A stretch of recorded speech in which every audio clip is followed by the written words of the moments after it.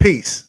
I'm your brother Crumb, and you are now watching Crumb TV. Hey, you are now watching Crumb TV. Crumb TV. Hey, we in Chicago, y'all, and y'all watching Crumb TV. It's your brother, Tim Buck 2, I say. You are now watching Crumb TV. You is Chi-Town finest. You Inglewood, always up to no good. Man, I'm telling my brother Crumb. You're watching Crumb TV. I'm your humble brother, and you are watching Crumb TV. Reporting live from the Wild Hunter Southside Chicago. And you now watching Crumb TV. And you're watching Crumb TV. Crumb TV, baby. Hey. Crumb TV.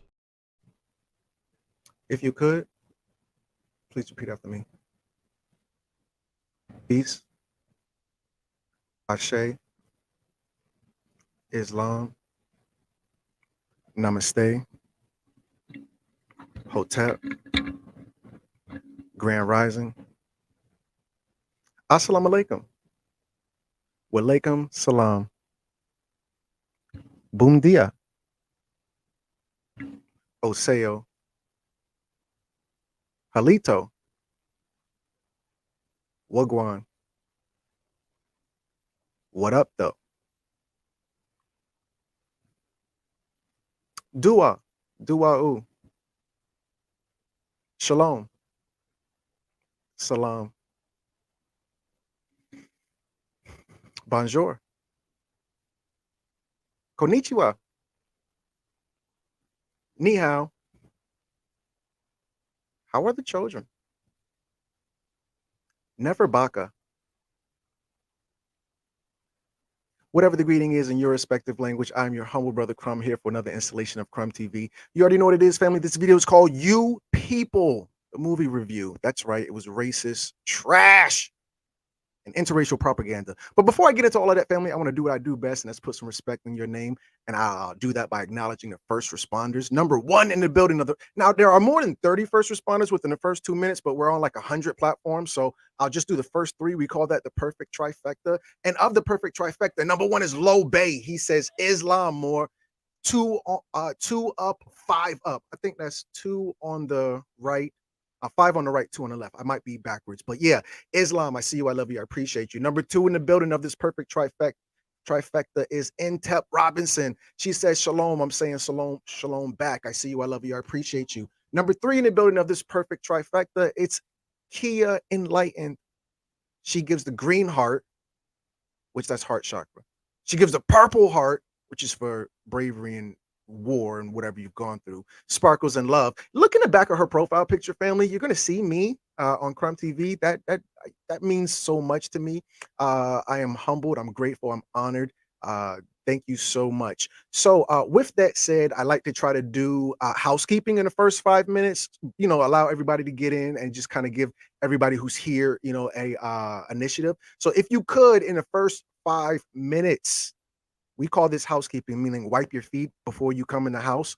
Also, on the internet, is hit the like button as you come into the room. So go and hit that like button on the way in the room. Just the master students, meaning you know who I am. If you know who I am, this isn't your first time seeing me, you are a master student, hit that like button on the way in. If you don't, then wait to the end of the video and we'll see what you think and you hit like button then. Also, family, subscribe wherever you see me at. Subscribe there because I'm on like 100 platforms. So if I'm wherever you're at, then that's where I want you to hit that button at. So please subscribe, family. That's we call that housekeeping. So now that I've taken care of that, I want to try to get into the program. Even though we still got like 1 minute to go, I'm just super excited. So I say we just get right into it. So racist trash, You People. It was a Netflix film. It's actually in the top 10 right now. I was going to do this last week, but I was busy, and it's still in the top 10. So I said, all right, well, if it's still in the top 10, I'll do it. I wanted to ask the family, let me just drop this link in here. I'm going to drop the link right now. Only if you have seen this film, I'm inviting you to join me, you know, just to see what you think, kind of just chop it up with the family. So come on in. Here's the link. I'm putting a link in the description. I just put the link in the description. If you have seen this film, come on up here with me. If not, please refrain. But if you have, then join me and I'll just, talk black to you. So with that said, it is a Netflix film that came out recently. Somebody reached out to me like, you haven't decoded a lot of films lately, or any for that matter. And I was like, okay, so, I'll do this one for you. So this is how the film starts. It's black and there's a lot of stuff happening. And it says, they talk about black culture on their podcast. And it says, man, does your Barack do coke to excuse his gay stuff? So they're just talking about black culture. And in this particular scene, they're addressing Barack Obama, and they say that he is gay. This is in the movie, which is something I've always said. I personally subscribe to the ideology that Michelle Obama is actually a man, but that's my personal opinion. Based on my research, Malia and Sasa, she did not deliver those babies through the vagina. In her autobiography, The Making of Michelle, which is a very funny title, she says that, she had her babies in vitro. And this is all just a part of the idea that, these are supporting facts illustrating that she is not a she. I digress. So in the movie, they say, yeah, my ideal Barack is just overtly gay, not suspiciously gay. So yeah, moving on.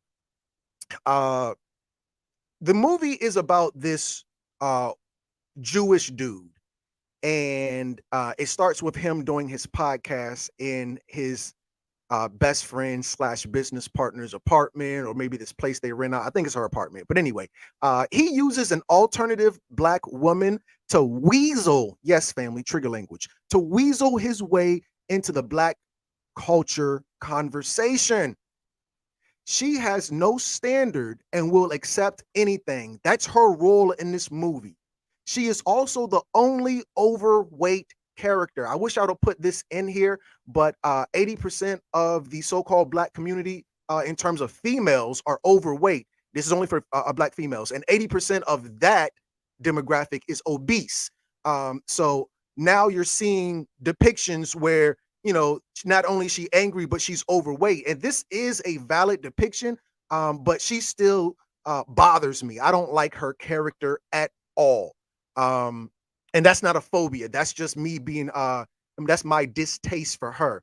He uses an alternative, and she's a weak mind in my personal opinion. He uses an alternative black woman to weasel his way into the black culture conversation. She has no standard and will accept anything.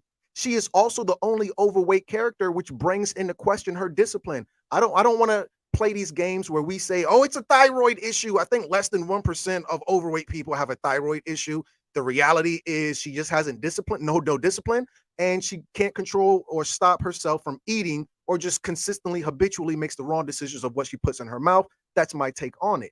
She says, and this is the very beginning of the movie, that he is her favorite Jew.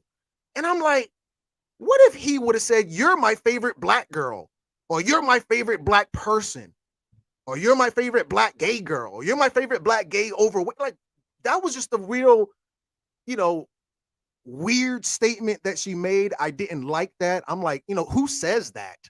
It's just, it just seemed off base to me. But moving forward, he's really engulfed in black culture, so-called. So then they go to the next scene after he's doing his podcast. This is where he goes for a Jewish holiday. It's a synagogue, which is a Christian equivalent of a church. So this is where he goes for his little, Jewish church thing. And the actual place is called Skirball Cultural Center, where a Jewish gathering, where Jews, I'm sorry, that should not be ing, where Jews gather and assemble. FYI, fun fact for the family, the word synagogue is just a Jewish word for assembly.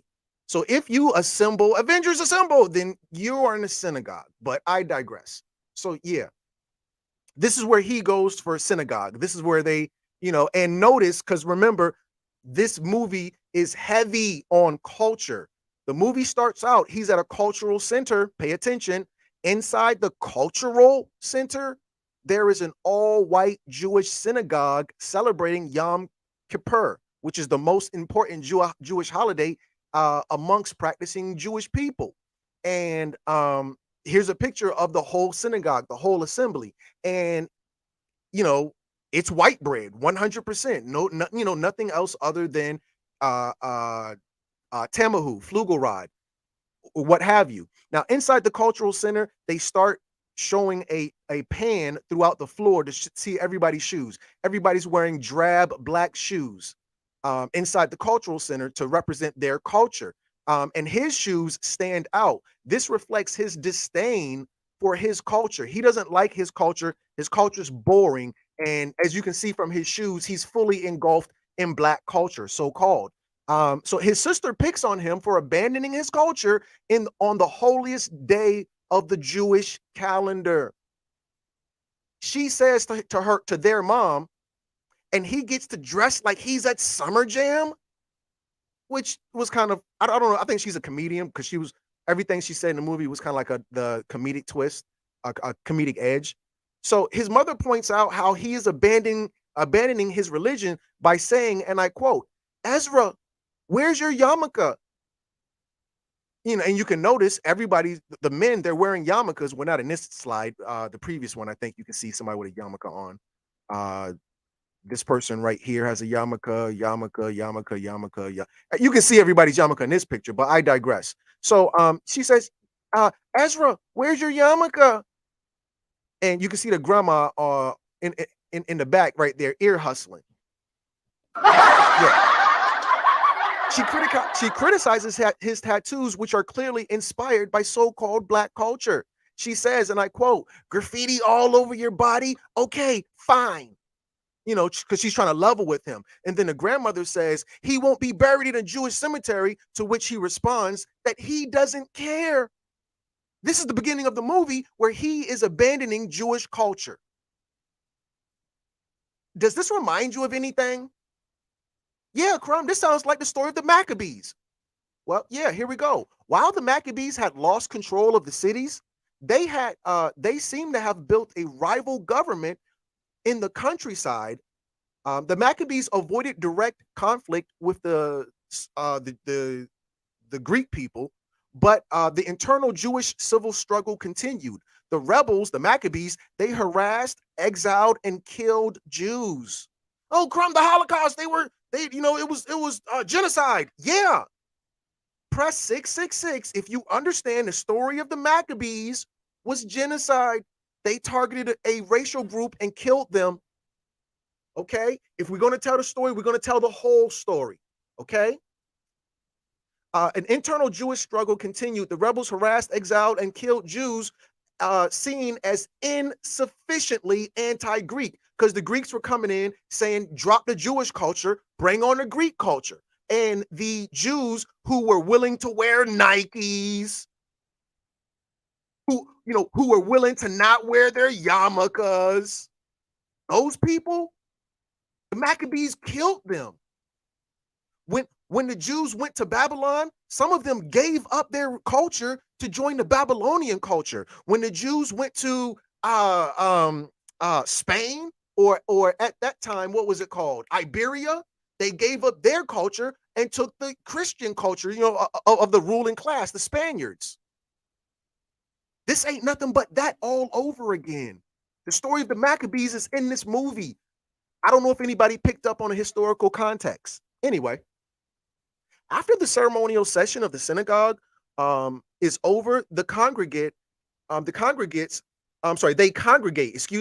and elders barrage him, this Jewish guy, Ezra, with inappropriate sexual questions framed by awkward exchange. The last elder who is saying all this awkward sexual stuff to Ezra within this Jewish gathering on the holiest day of the Jewish calendar.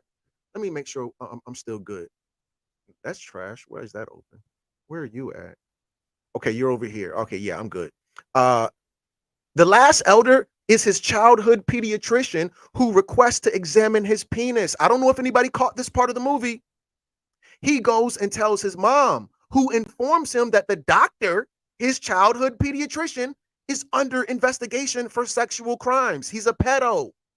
But then implies, because he's snitching on this guy to his mom, and his mom implies that this guy's innocent until proven guilty. Because we know that respectfully, Jewish people are very big on the law and the judicial process. Remember, what is the root word of judicial? Hold on, let me.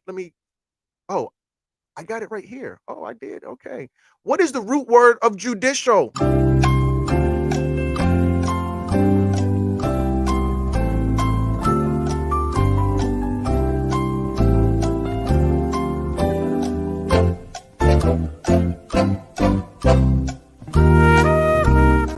Ding, ding, ding, ding, ding, ding, ding, ding, ding, ding, ding. Somebody got it right.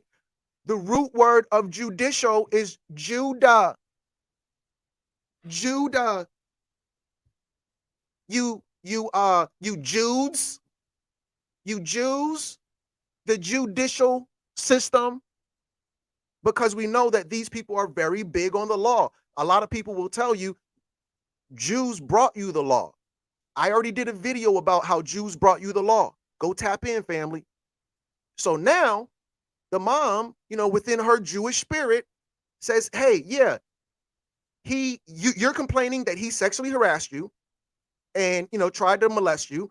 And you also now you're aware that he's done this to other people, but we're still going to give him the benefit of the doubt because we're Jewish. As Jewish people, we give each other the benefit of the doubt. Okay? Moving forward. So when we dealing with this sexual predator, this is in their culture. The movie's about culture. I'm not going to stop saying it. The movie's about culture. So go back. There's a Jewish tradition. I forgot what it's called.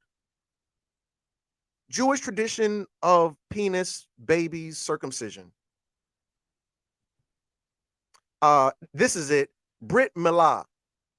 I think that's it. Yeah. Brit Milah, the circumcision ritual. So this is all a part of their culture. Never forget, infants contract herpes from oral suction during Jewish circumcision.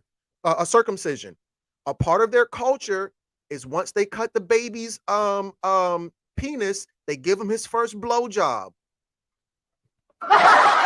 Respectfully, that's part of the culture. Respectfully. But so in the movie, when he says this, it's like, okay, I get it. I get what they're doing right now, in terms of playing light to the culture, which is very dark, to be honest with you. So family, when I tell you that this came out, remember in the Jewish community, they also had a issue with measles spreading. Measles spread through Crown Heights. Remember, Crown Heights is the Jewish part of Brooklyn. This is from nyc.gov. Most individuals have resided in Williamsburg and Brooklyn. However, community transmissions of measles has also been identified in Crown Heights and now Sunset Park, Brooklyn. Do a lot of Jews live in Crown Heights? Oh, it's talking to me. Let me just. Crown Heights also according to Wikipedia, Crown Heights also contains a significant number of Hasidic Jews. Okay.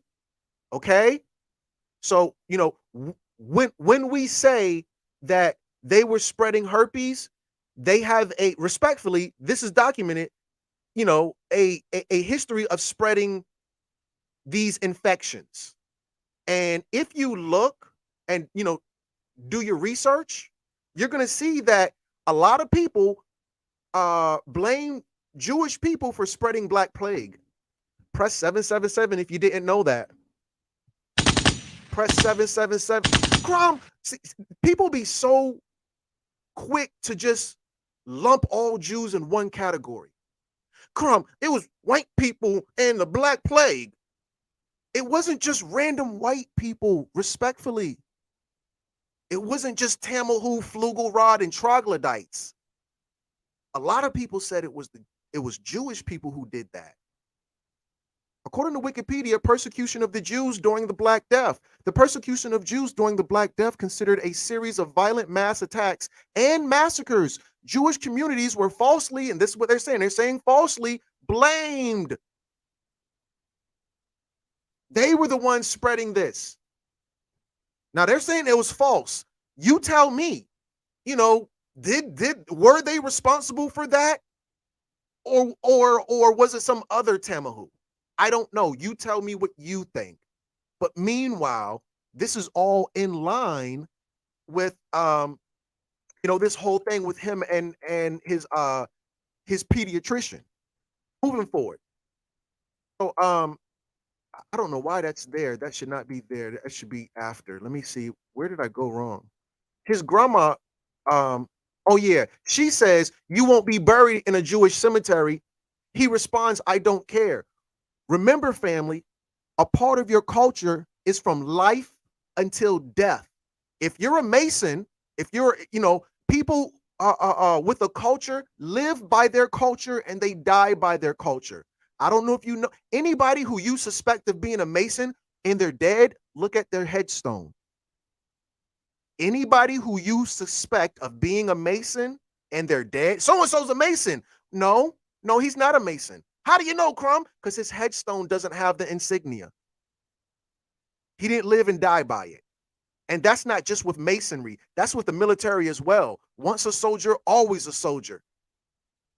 And in Forrest Gump, after they were done serving as a military, Lieutenant Dan was still Lieutenant Dan. This is at the end of the movie. You got legs. That was at the end.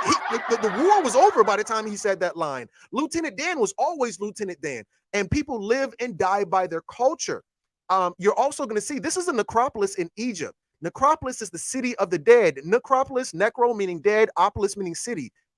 Metropolis is a city. Necropolis is a city of the dead. Another name for the city of the dead is a cemetery or a graveyard, a necropolis.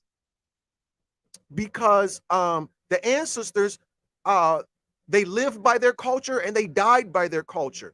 So, it was something they very much wore on their sleeve. Meanwhile, Amira, his girlfriend or soon to be, finalizes her breakup on the grounds of an ignorant Black standard of keeping it real. She says to her boyfriend, and I quote, he says, why are you breaking up with me? She says, because you don't know how to keep it real. Now, in this movie, her husband, who she marries ultimately, is the fakest white boy on the face of the earth. And she can't see it, but she's mad at the Black man, so-called, because he can't keep it real. I need you to hold this idea because the movie really, this part is kind of a slap in the face. Ow! Spoiler alert, she falls for a sucker as Tamahu, Flugelrod Troglodyte, who is fake. Side note, her boyfriend has better tattoos.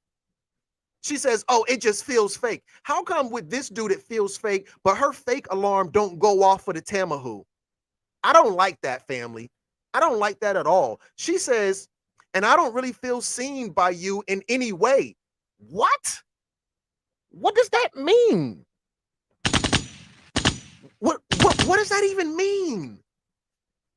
So Mira's ex is genuinely working with her father to earn her.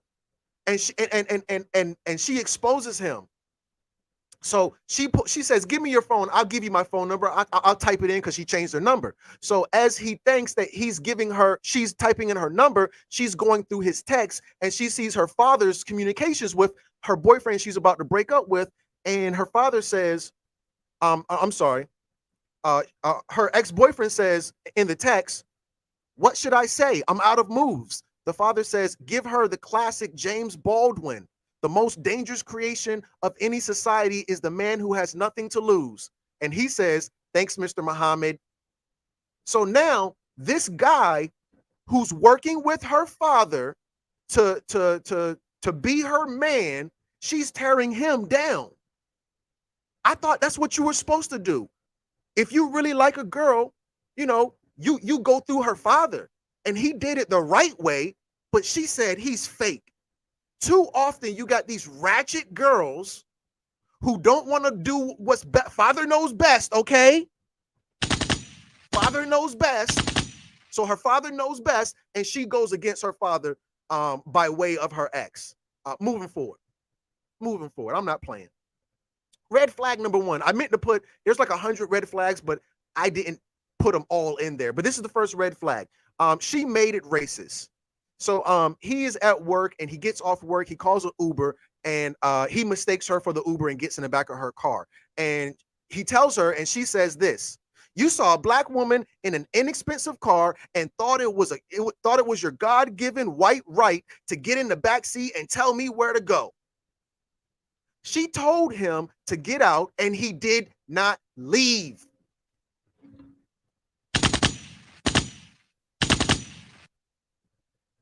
When she said get out, she says, "It's a tale as old as time with your racist ass. Get out." She told him to get out. See, and this for me is very rich. There was a movie called Get Out. I think it was, wait, family, you tell me, maybe I'm mistaken. Was that movie called Get Out? I can't remember. What was the name of that? Was the name of the movie Get Out or no? I can't remember what the name of the movie was. I think it was Get Out, which was a racist movie. Or I'm sorry, not racist, but it had a racial tone. Yeah, the family said, yeah, that movie was called Get Out. So she tells him to get out, and he doesn't leave. This is the classic Tamahu move. They get on your property. If the Tamahu gets on your property, it's hard to get them off. No, I'm not joking. That's not a joke. These people are colonizers. That's right, family. That's right. She told him to get out and he didn't leave. He made her submit. Because he didn't leave. I'm King Ding-a-ling in this Jane. Even though she is not an Uber, he does it in a very coy way, because that's how they operate. So he didn't strong arm his way. He, he was crafty, slick in the mouth way of being able to impose him staying in her car. So now she acquiesces. I don't know if you know what that word means. It is a little bit of a big word. So here we go. Acquiesce. Acquiesce. Accept something reluctantly, but without protest. Sarah acquiesced in his decision. He made her acquiesce. After she said leave, he did not leave. That was her submitting to his will, and she acquiesced. Now, the funny thing about her submission to him, she knew he punked her. And she says, even though she's not an Uber, and I'm saying, even though she's not an Uber, he stayed in the back seat while she chauffeured him around. She knew she was wrong, so she made a snarky comment saying, "This ain't no driving Miss Daisy shit, okay?" Well, he's in the back seat, and you in this movie, in this scene was called Driving Miss Daisy Gender Reverse Roles. Gender roles reversal. In Driving Miss Daisy, it was a black man driving around a white woman. So now in this scene, it's a so-called black woman driving around a so-called white man. Ain't that something, y'all? Ain't that's real rich, family? That's really rich. You were wrong. A black dude, a melanated dude, a brother would have got in the front seat, but he, with his imperial attitude, stayed in the back like it was an Uber, like she was a chauffeur, and she knew it was weird. That's why she made that comment of Driving Miss Daisy. Now, this is their first official connection. Now they're finally on the same page. He's established dominance, and she serves him. That's the relationship they have per this scene. Now, as soon as they get on the same page, why they play Nipsey Hussle? For me, that felt disrespectful. They played the song Last Time I Checked by Nipsey Hussle. I didn't like that. That part seemed a little bit disrespectful to Nipsey, rest in peace. After he takes her and forces her to submit to him, then the song Last Time I Checked by Nipsey Hussle comes on. Excuse me? Excuse me? That ain't right.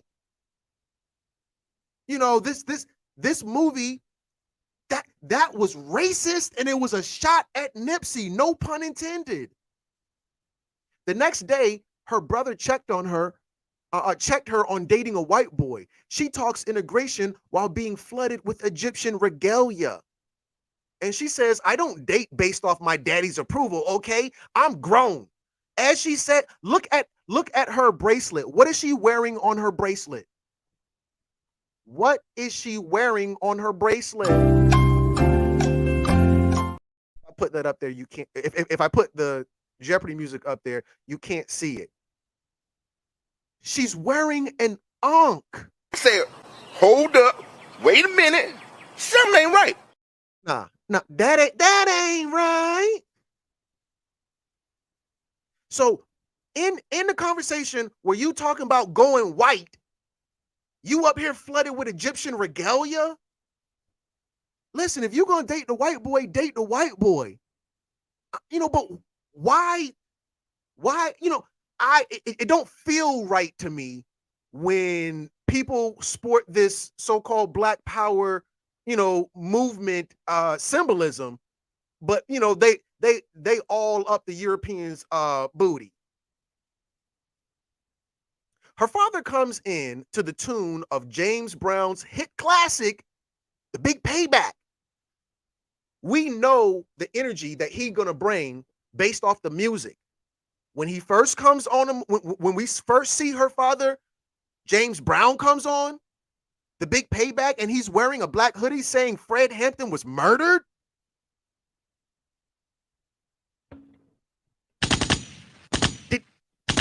Did anybody catch that? Was that just me who caught that? I don't know. Let me drop the link again. Family, only if you have seen this movie. Only if you have seen this movie and you want to tap in on live, here's the link. Only if you've seen the movie. The link is in the chat. So yeah, moving forward. He says, laughingly, well, his son's laughing. Eddie Murphy says, how am I the darkest person in this room? Eventually, everybody going to be looking like Bruno Mars. I don't know if he got that from Malachi Z. York, but Malachi Z. York said in the future, the government is going to push a neutrinoid program where they want everybody to be neutral. The melting pot, this neutrinoid program is where we melt together. And he is addressing this government ploy that the first person, Dr. Malachi Z. York, exposed with this whole neutrinoid movement. And he says, eventually, everybody going to be looking like Bruno Mars. And that's a true statement. This is coming from VOA. Americans see more interracial relationships in advertising. They are pushing this down our throat. Don't you want you a white girl crumb?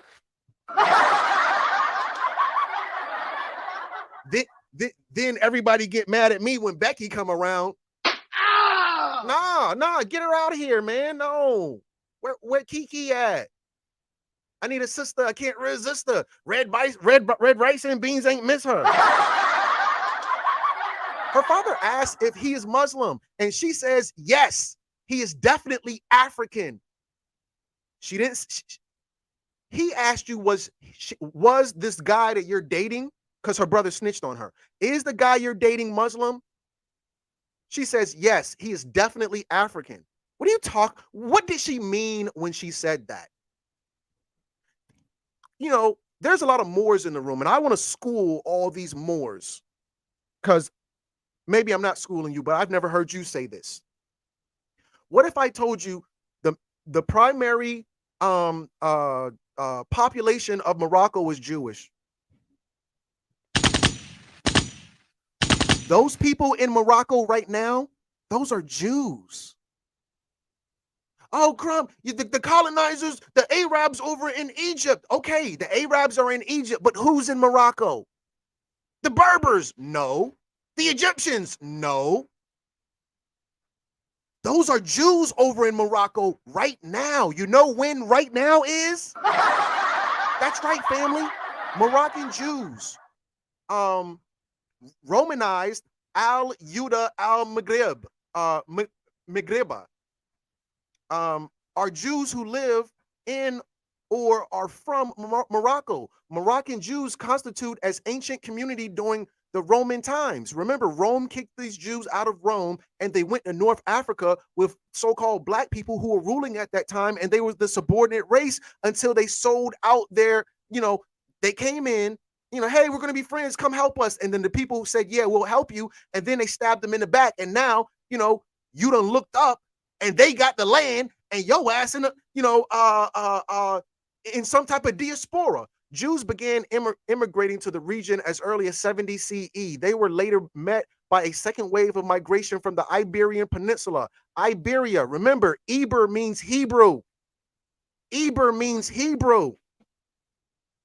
That was the Hebrew Peninsula at that time. Hold on, let me make sure I'm all wise, right, and exact. Eber means Hebrew. Not Hebrew, come on. Eber, like Iberian Strait. That's not an Iberian, that's Iberian. The name Aramaic Hebrew root is connected to the crossing over and the beyond. Eber, right there, folks. The Iberian Strait was the Hebrew or the Jewish community in Spain who got kicked out of Spain because that was the crossing over. Oh, they crossed the Nile. No, they crossed the Red Sea over into Iberia or the land of the Hebrews. Anyway, they were later met by a second wave of immigrants from the Iberian Peninsula in the period which immediately preceded and followed the issuing of the 1492 Alhambra Decree. 1492, Columbus sailed the ocean blue. Why? Because in 1491, the last battle, remember, Alhambra is where the word Alamo comes from. Remember the Alamo, which was the last stand of the Mexicans? Alhambra was the last stand of the Moors. After the Moors got defeated at the Battle of Granada, remember, Alhambra is in Granada. After the Moors got defeated at the Battle of Granada in 1491, 1492, the Alhambra Decree says Jews got to leave or become Christian. When Jews were expelled from Spain because they didn't want to be Christians, and soon afterward from Portugal, because they got expelled and went over to Morocco under the Moors of Alhambra. Alhambra is the last Moorish palace. Alhambra Palace Fortress Facts. Alhambra, the place or fortress of Moorish monarchs of Granada, Spain. Y'all gonna have to talk black to me. Somebody gonna have to talk black. Alhambra was a palace, a fortress of the Moorish monarchs of Granada, Spain. Alhambra signifies in Arabic the red. Go look at the Alhambra Palace. This is one of the best places in Spain, in Iberia, where the Hebrews are from. Okay? So now, when they got kicked out of Iberia, they went over to Morocco. The Jews were expelled from Spain and went to Morocco. The second wave of immigrants changed Moroccan Jewry, which largely embraced Sephardic liturgy, to switch to a mostly Sephardic identity. Remember, when you're dealing with Sephardic Jews, well, we'll talk about that in just a second. According to the PewResearch.org, 2/3 of U.S. Jews say they are Ashkenazi. This is according to an article titled Number 9, Race, Ethnicity, Heritage, and Immigration Among U.S. Jews. 3% describe themselves as Sephardic, 1% describe themselves as Mizrah, although an additional 6% identify with some mixture of these. The number one population of Jews, know it or not, know it or not, here we come. I'm gonna find. Okay, I can't sing. But anyway, when you dealing with Jews, the number one type of Jew is a Ashkenazi Jew. The number two type of Jew is Sephardic. The biggest type of the most common Jew is Ashkenazi. The second most common Jew is Sephardic. The Sephardic Jews, the second biggest population of Jews is in Morocco. Here is a picture of Netanyahu. I believe he's the president or prime minister of Israel, standing in front of two Israeli flags, flanked by the Moroccan flags.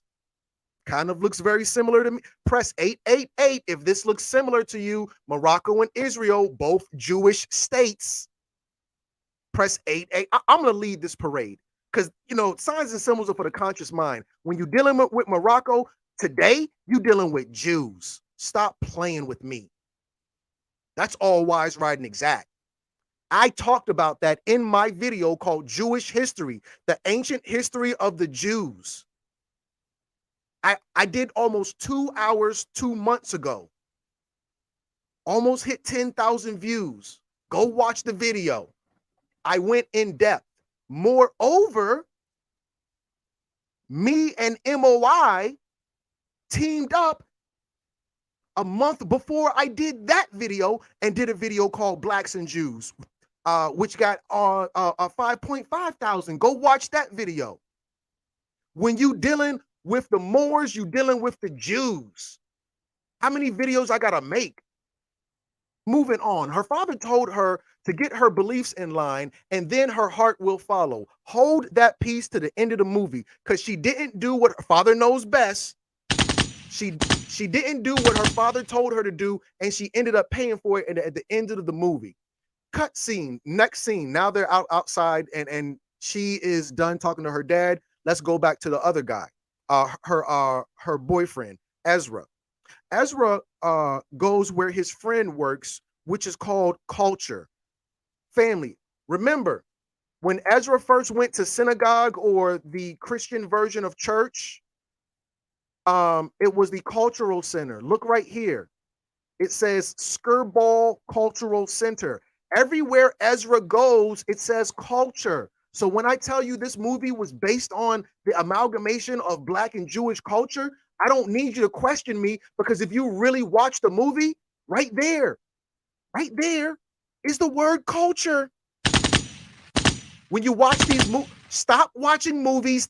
Press 999 if you agree we need to stop watching movies for entertainment and watch them like documentaries. Stop watching movies like they're entertainment and start watching movies like they're documentaries. If you agree with that, Matrix was not a movie, it was a documentary. If you agree with that, can you please chime in with a 999? I know I can't be the only one who sees the writing on the wall, literally. So he goes to tell his best friend and business partner that he's dating a Black girl, and she says, "Hold up, you're dating a Black girl, Black girl? What you mean a Black girl?" See, because she's a part of the LGBT. So when you say Black girl, that could mean Black guy. You dating a Black girl, Black girl? Not a dude in a dress? Because remember, that's the culture she is from. Black girl could mean something other than Black girl, according to her culture. It was interesting to me that the LGBT character made a distinguishment between a real Black woman, which automatically insinuates a fake woman. She says, "Yo, shut up. You bagged a real one." Yeah. When I say Black, when I say female, when I say girl, when I say lady, I'm only referring to human beings with a vagina.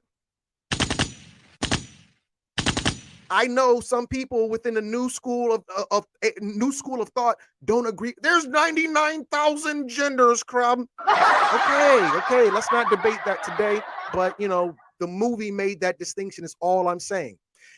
This was a modern woman jab at the red pill movement, holding generalizations in contempt. So he tells his business partner slash friend that he's going on a date with this real black girl, black girl. And while on the date, he says, I don't think anybody should be put in a box ever.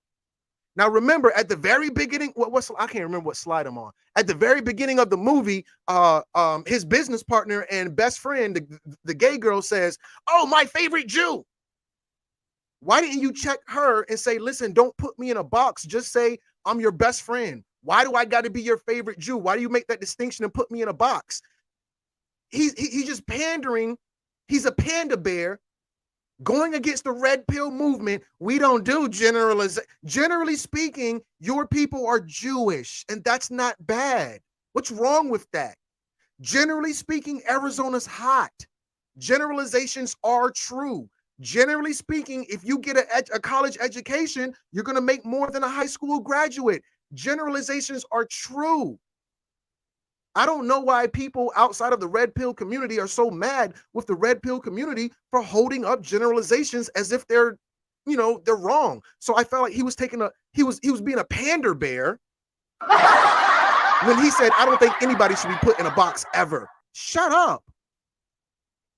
Once they got matching shoes, the relationship was official. Shoes in black culture mean more culturally. Moreover, it is said that if you buy a man a pair of shoes, he'll walk out of your life. I don't know if she bought those shoes or not. I think he bought the shoes. But if you buy your spouse a pair of shoes, listen to me now, believe me later. This is what we say in the hood. If you buy your spouse a pair of shoes, don't buy your spouse a pair of shoes. Buy her a watch, anything. But if you buy your spouse a pair of shoes, they're going to walk out of your life. This is just something they say in the hood. So he buys her a pair of shoes, and in the end of the movie, she walks out of his life. Ain't that something, y'all? Ain't that something? So now, the matching pair of shoes indicates they're in a relationship, and it's some song playing saying "I'm with you" or something to that effect. So the soundtrack is really confirming the storyline. So they're finally a couple. They're going. I don't know what I thought I unplugged something. They're finally a couple and they're going on dates. He is so happy that he infiltrated black culture through another black woman. The easiest way to infiltrate the culture is through our women. That's why the first letter of the LGBT is L, because they're putting women out front to manipulate the rest of society. He is so happy infiltrating black culture through a so-called black woman who stands for nothing. She don't stand for nothing. Her father said, get your belief system in order and love will follow. She didn't put her belief system in first. She's like, listen, I'm not really big on my culture. I'll date outside my race because I don't have that level of loyalty. Fine, no judgment. But look what he's wearing. This is symbolized through his Wu-Tang graphic tee. He's finally dating a black girl. He's so happy. And he's wearing a Wu-Tang tee. Bro, shout out to Wu-Tang, shout out to Killer Priest, shout out to Little Da Vinci. He's in the comments. I seen him earlier. But with that said, he is immersed in black culture. We call that a culture vulture. The next date, he takes her to Roscoe's Chicken and Waffles. Bro, I'll slap fire out your mouth. Ah! He's wearing a Cypress Hill shirt, and he took her to Roscoe's Chickens and Waffles. He is so immersed in the black culture, it's pathetic. Culture vulture. Then they go on a date. I think they're at her crib, or they might be at his crib. I gotta be honest, I'm not sure. But anyway, they're at one of their houses. Probably, I don't know. And you can see he's putting her on to Malcolm X, so to speak. I don't think he's putting her on, but you get the idea. It says in this scene, he talks about Malcolm X to her. He holds this Muslim in high regard, supposedly. And again, the song "I'm With You" is playing because they're with each other. And he's taking on their cultural differences head on, or so it seems.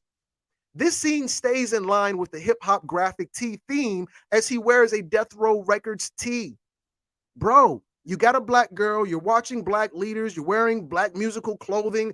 bro, be your. Remember, she broke up with her boyfriend because she said he wasn't keeping it real. Press 111 if this European, if this Tamahu, if this Flugelrod, if this troglodyte is not keeping it real. Press 111.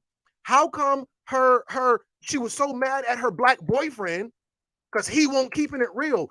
Press 111 if the Tamahu clearly is not keeping it real, even though keeping it real is a very ignorant concept in the black community. Most times when so-called black people keep it real, they're about to do something ignorant. I will never keep it real because I'm not dealing with you, that Negro mindset. That black Negro and colored, we gotta keep it real, Crumb. I'm a real nigga. No, bro, you can be a real nigga by yourself. I'm not a real nigga. I'm not a nigga at all. That's you, bro. I don't deal with that nigga culture. That's low vibrational, family. Stop playing with me. So anyway, she broke up with her boyfriend because he won't keeping it real, and now she get with Goofy here. Hold on, because I'm taking all types of shots. She dealing with so now she dealing with Goofy here, and he's keeping it real. No. He said that she was obsessed with him because of his Judaism swagger. Bro, don't ever. Even though he hates his culture. What Judaism swagger? You don't even wear a yarmulke. What are you talking about? You out this jank wearing Nikes talking about Judaism culture? I said, hold up, wait a minute, something ain't right. I'm sorry, talking about Judaism swagger? Bro, where I'm from, we would call you a wigger. We don't call that Judaism swagger. We call that being a wigger. Don't type in what a wigger is. I don't want to trigger the algorithm, but that's not cool. Nobody should be attracted to that. So even though he hates his culture, she thinks he likes him because of his culture. That's very rich of you. So finally, he introduces her to his mom, to his family. And his mom, is in the room and she's all cap. She in this joint capping. I don't even like using words like that. That's just, I don't know. But anyway, when his mom meets his girlfriend, his mom mentions her Hispanic maid who is like family. She oversees her relationship. She oversells her relationship with her minority maid. Why would you sell yourself as being besties with your minority maid to your son's black girlfriend? It just seems like it just seems very insincere to me. So Ezra corrects his privileged mother by saying, I don't think Lupita's coming over all the way down here just pro bono. So right now his mom is she's being racist covertly. She's being racist, she's diet racist. And he calls his mother out on her deluded idea of her relationship with minorities, which is the conversation she wants to have because his girlfriend is a minority. When she's around other Jewish people or white equivalents, she doesn't have these type of conversations. All the while she goes to meet his family, she's wearing a Public Enemy tee. This whole hip hop graphic tee thing in the movie is overkill. But anyway, she's wearing a Public Enemy tee with an Ankh necklace while he dresses Jewish around his family. I don't know if you can see it, family, but she's wearing an Ankh necklace. But why don't he have a Public Enemy tee on? Why do he look like a white guy who's ready to go to the golf course? So, you dress and move a certain way around different type of people. In this movie, he said he was a chameleon. He said, where I'm from, we call that two-faced. He said he was a chameleon. He act a certain way when he get around certain people. And where does he get that from? Obviously, his mama. The mom says that she feels that the police are, I quote, effed up towards black people. Why are you go over to Becky and have that conversation? Go over to Cody and have that conversation. Don't get around black people and start trying to talk black. You a chameleon. I see why you a fake. I see why you're not real, because your mama do that. He get it from his mama. That's right. Anyway, so after his mama does it, now he can't, for the life of him, he can't smell his own sugar honey iced tea. For the life of him, he can't smell his own sugar honey iced tea, if you know what that stands for, but he can see it with his mama. He can't look in the mirror and see that he's doing it, but he can see when his mama's doing it. Ain't that something? Ain't that something, y'all? He checks his mom to chill, and she says, I'm being me. I'm thriving. Ow! No, you're racist. Stop it. Then she goes on to say, and I certainly don't need my son to tell me how to behave. Somebody need to tell you how to behave. Ow! Sit down. And while you're at it, he need to sit down too. And he says, it's just the police stuff and like Magic Johnson, because she started talking about Magic Johnson too. Like, you're talking to her like she's a black person and not my girlfriend who is a person. And she says, I talk about that a lot. And he says, with who? With all my friends, with everybody I know. We're always, no, you're lying.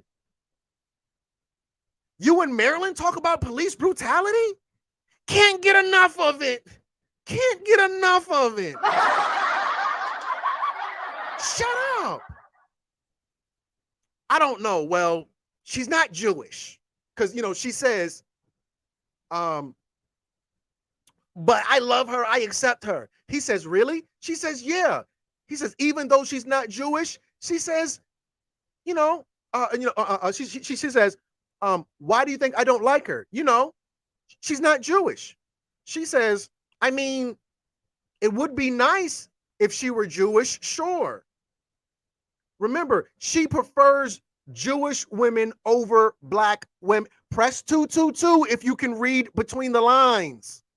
If she just said, I prefer Jewish women over black women, right then, press 222. Because I ain't the smartest person in the world, but that's what I interpreted that she said, right? This isn't a movie. This is not me attacking anybody or saying that I think that this is how they feel behind closed doors. The movie is giving you an insight to how they talk and how they feel behind closed doors. She prefers Jewish women over black women. And I'm not saying there's nothing wrong with that, but y'all better stop playing like everybody's kumbaya. That was her racist moment, and that was the receipts. And she goes on to substantiate why she feels like that. This is why I would like somebody else to join the live with me so they could read these subtitles. So she says, well, our people's numbers are dwindling. We already know that. We already know that. Family. The master student destroys the overpopulation myth and exposes population collapse. There is no overpopulation. Bill Gates. Ow! Y'all better shut up. Stop it. Ain't no overpopulation. We going extinct. What are y'all talking about? Bill Gates? Overpopulation. Where? Where? But yeah, check out that video. I made that 4 months ago. Ain't no overpopulation. And she admitted, we going extinct. Our numbers are dwindling. She says, the reason you should be with a Jewish girl is because it would make your life easier. Family, she ain't lying. The root word of relationship, hold on. The root word of relationship is relate. It's easier for you to relate to people who share your culture, your morals, your ethics, your more ways, your folklores, your belief systems. It's easier to get along with somebody in a relationship with somebody you relate to. Ain't that something, y'all? Well, what do you know? You mean if I can relate to somebody, it'll be easier for a relationship? Well, yeah. Crazy, right? So yeah, she's right. This whole race mixing thing is not what it's all cracked up to be.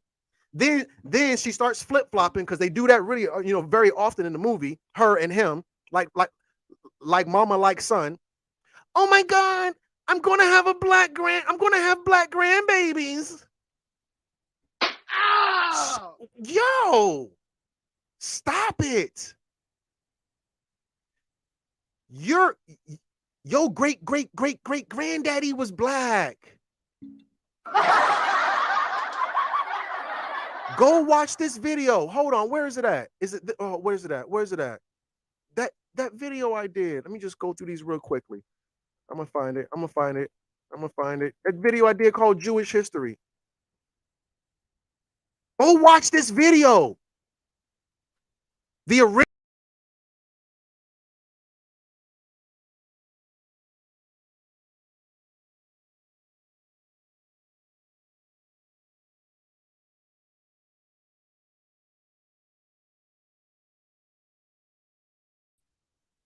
Not sure what happened right then, but I'm back.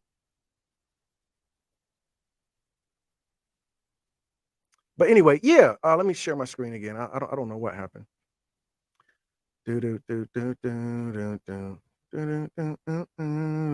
Okay. Yeah, go back to my video. We're gonna have black grandbaby. Yeah.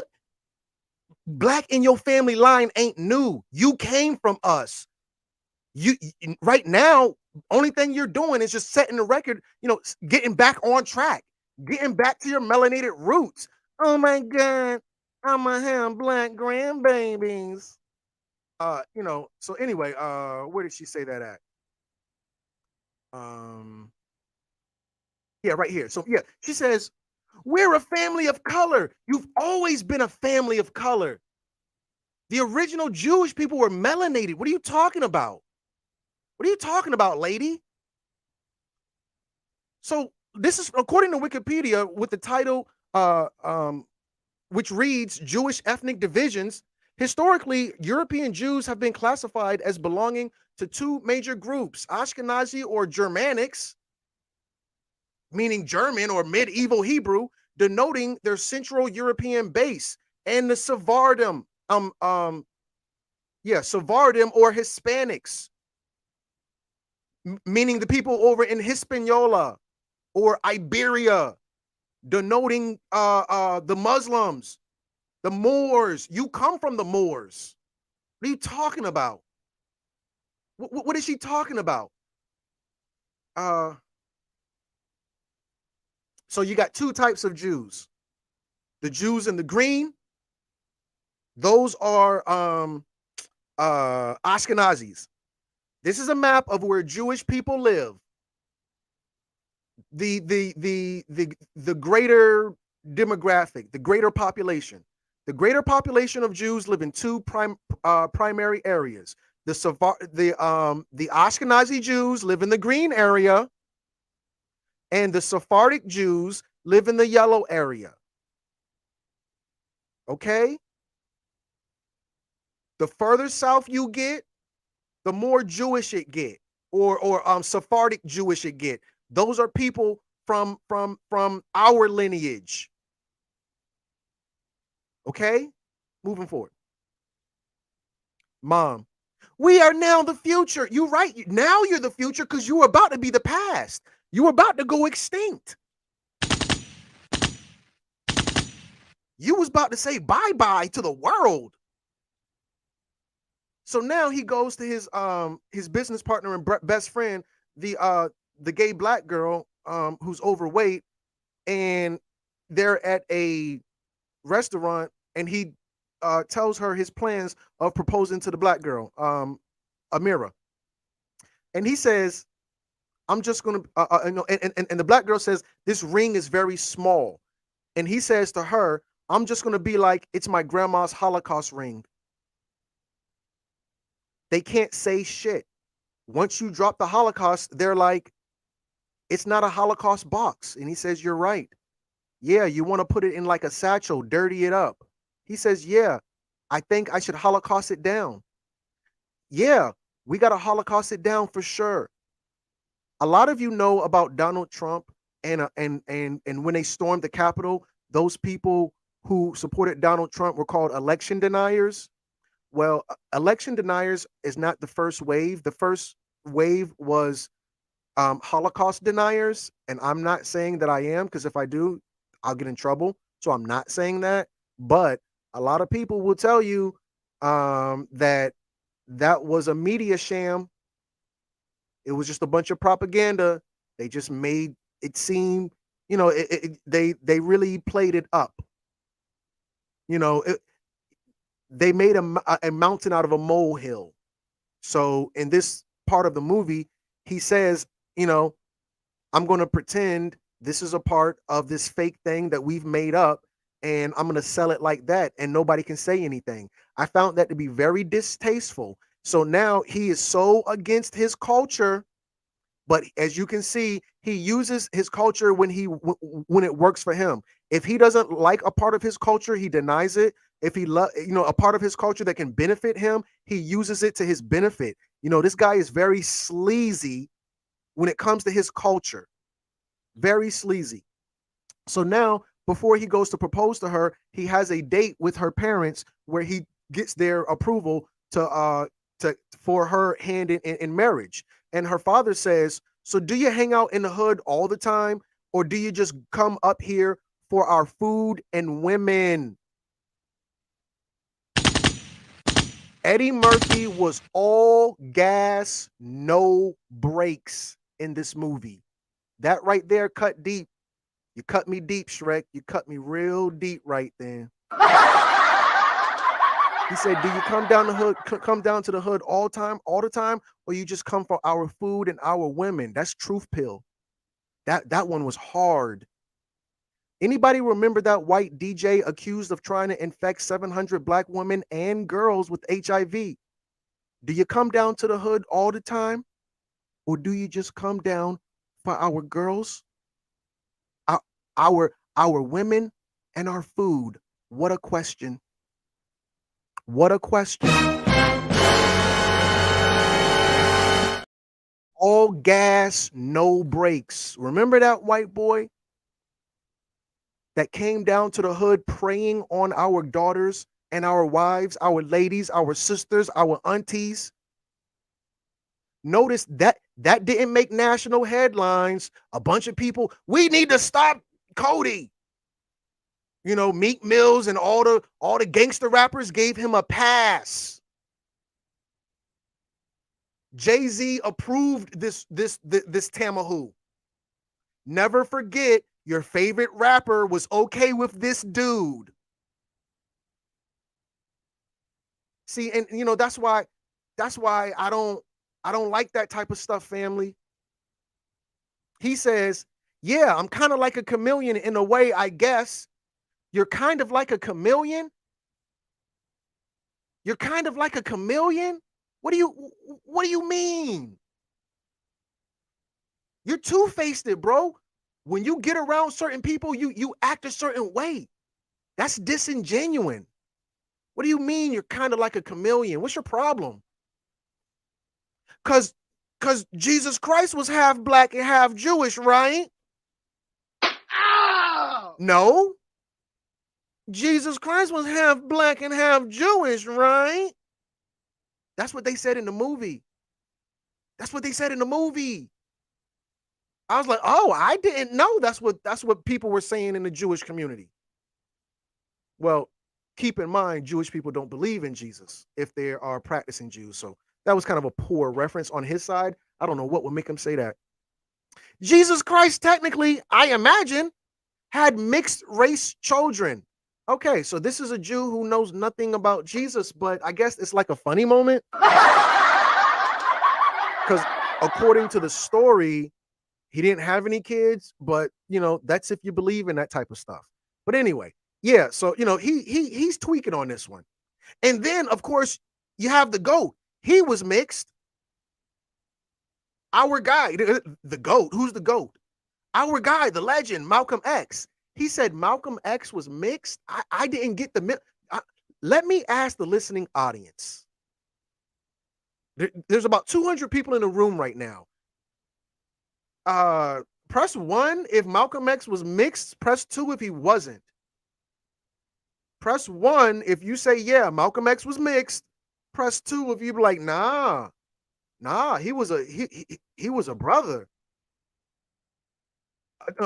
To my understanding, he wasn't mixed, but I didn't know that's what they were saying about X, about Jesus. I don't know, but anyway, after the failed meeting with her family, he goes and talks to her about it because he wanted to get their approval before he asked her to marry him. So she says, "What happened?" And he says, "It was a nightmare.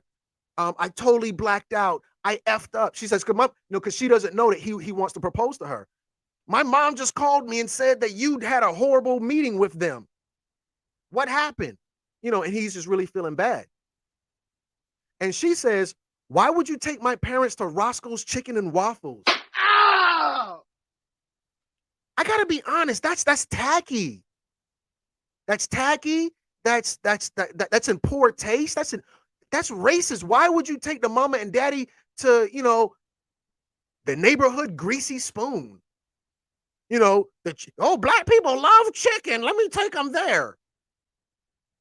But, listen, Amira, this is the type of guy you like, right? The type of guy who be keeping it real. As far as I'm concerned, this is what she gets, Well, that's the type of guy you dated, and that's how he gonna handle your parents. With this ignorant disrespect.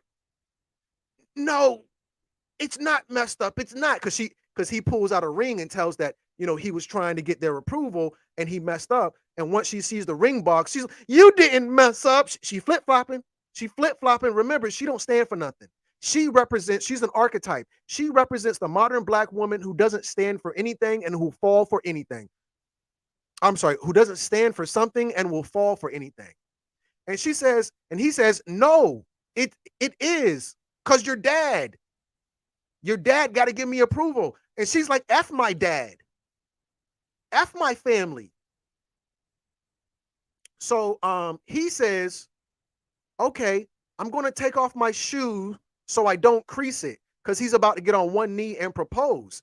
Did anybody catch this part of the movie? Did anybody catch this part of the movie? Why is he taking off his shoe to propose to this woman? Somebody got to tap in. This movie was deep as a tall chick. That was an insensitive joke. Please forgive me. But yeah, so he makes an excuse of using vain Black shoe love culture, because Black people love shoes. And he uses that to hide his holy Jewish culture. What do you mean, Crumb? What are you saying? Jews take off their shoes before they pledge? I'm sorry, before they propose? Yeah. It's called Haliza. Haliza is, under biblical systems of levirate marriage, the process involves the widow making a declaration, taking off a shoe. According to Jewish, this is the story of Ruth. Go to the book of Ruth and you'll find the story where Boaz takes off his shoe in order to propose to Ruth. This is a Jewish story from the Hebrew Jewish Old Testament, and he does that in the movie, but he hides his Jewish culture behind vain black culture. Well, black people love shoes, so I don't want to mess my shoes up because proposing to you is not more important than creasing my shoe, because that's what he think black people want to hear. But he's not taking off his shoe because of that. He's doing it because that's called haliza. That's a Jewish tradition, a part of Jewish culture. Anyway, so yeah, she says yes. I, I will marry you. So while she is sporting a sparkling Ankh necklace, which you can see clearly in this slide, she leads the conversation saying that her family doesn't like him, and she knows that his family damn sure don't like her. They both agree that their nuclear families should have a dinner meet and greet, because what could go wrong? So I wanted to click this, which I thought I had the link up, but apparently I don't. So let me close these out, and I'm gonna click this link. I'm gonna switch the microphone real quick so you can. Oh, it's not gonna let you hear it. I did that once before. Crikey. I was trying to think of what I'm gonna do. Condola Rashad, a fresh face to the classic Juliet. She said, remember, I'm going somewhere. My parents don't like you, and your parents don't like me. At this particular part of the movie, like, where have I seen this movie before? Oh, yeah. Romeo and Juliet in Harlem. Where she acknowledged that her family don't like him and his family don't like her. That's Romeo and Juliet in Harlem. This movie is a copycat of another movie. Well, not a movie. It was a stage show. And I'll read you the NPR a little bit of it. Many people might know Condola Rashad as the daughter of actress Felicia Rashad, who played Claire Huxtable on The Cosby Show, and NFL sportscaster Ahmad Rashad. The 26-year-old got Tony Award nominations for her performances in Stick Fly and Trip to the Bountiful. Now she takes her first lead role on Broadway in the new production, Romeo and Juliet. Her Romeo is Orlando Bloom, Lord of the Rings fame. Condola Rashad spoke with Tell Me More guest host, somebody, about making the iconic role. I'm not going to go into it because we already know about Romeo and Juliet, but this is in Harlem, and that one was featuring the Cosby Show star Claire Huxtable's daughter. I thought that was just very interesting, but let's move on. At the dinner date, because this is a Romeo and Juliet situation. At the dinner date, his mother asks if they have made wedding plans. She gives a weird response saying, "We want to do something that represents just us." Hold this idea. I'm coming back to it. She's a GD liar. We want to do something that represents just us. This seems as if she is abandoning both cultures.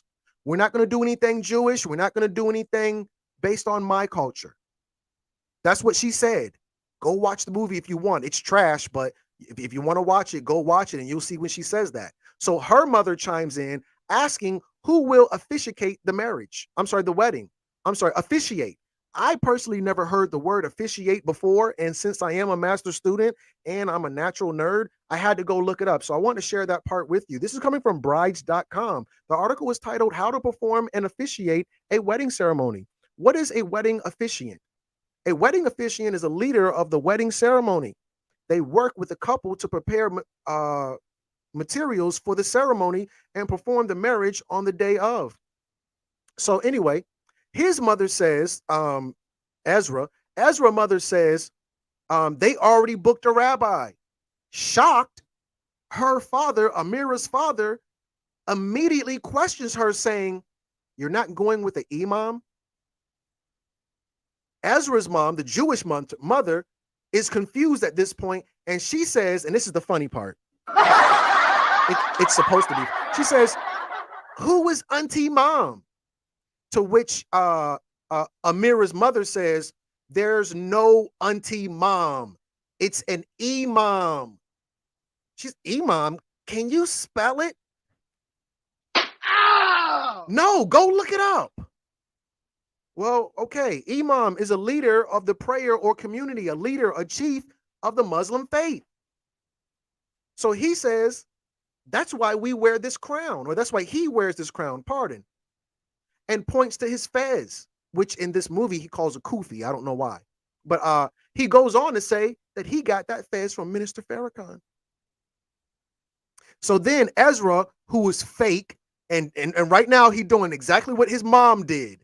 Remember when his mom brought up the police brutality and how the maid was her sister, and started pandering to black culture, lying.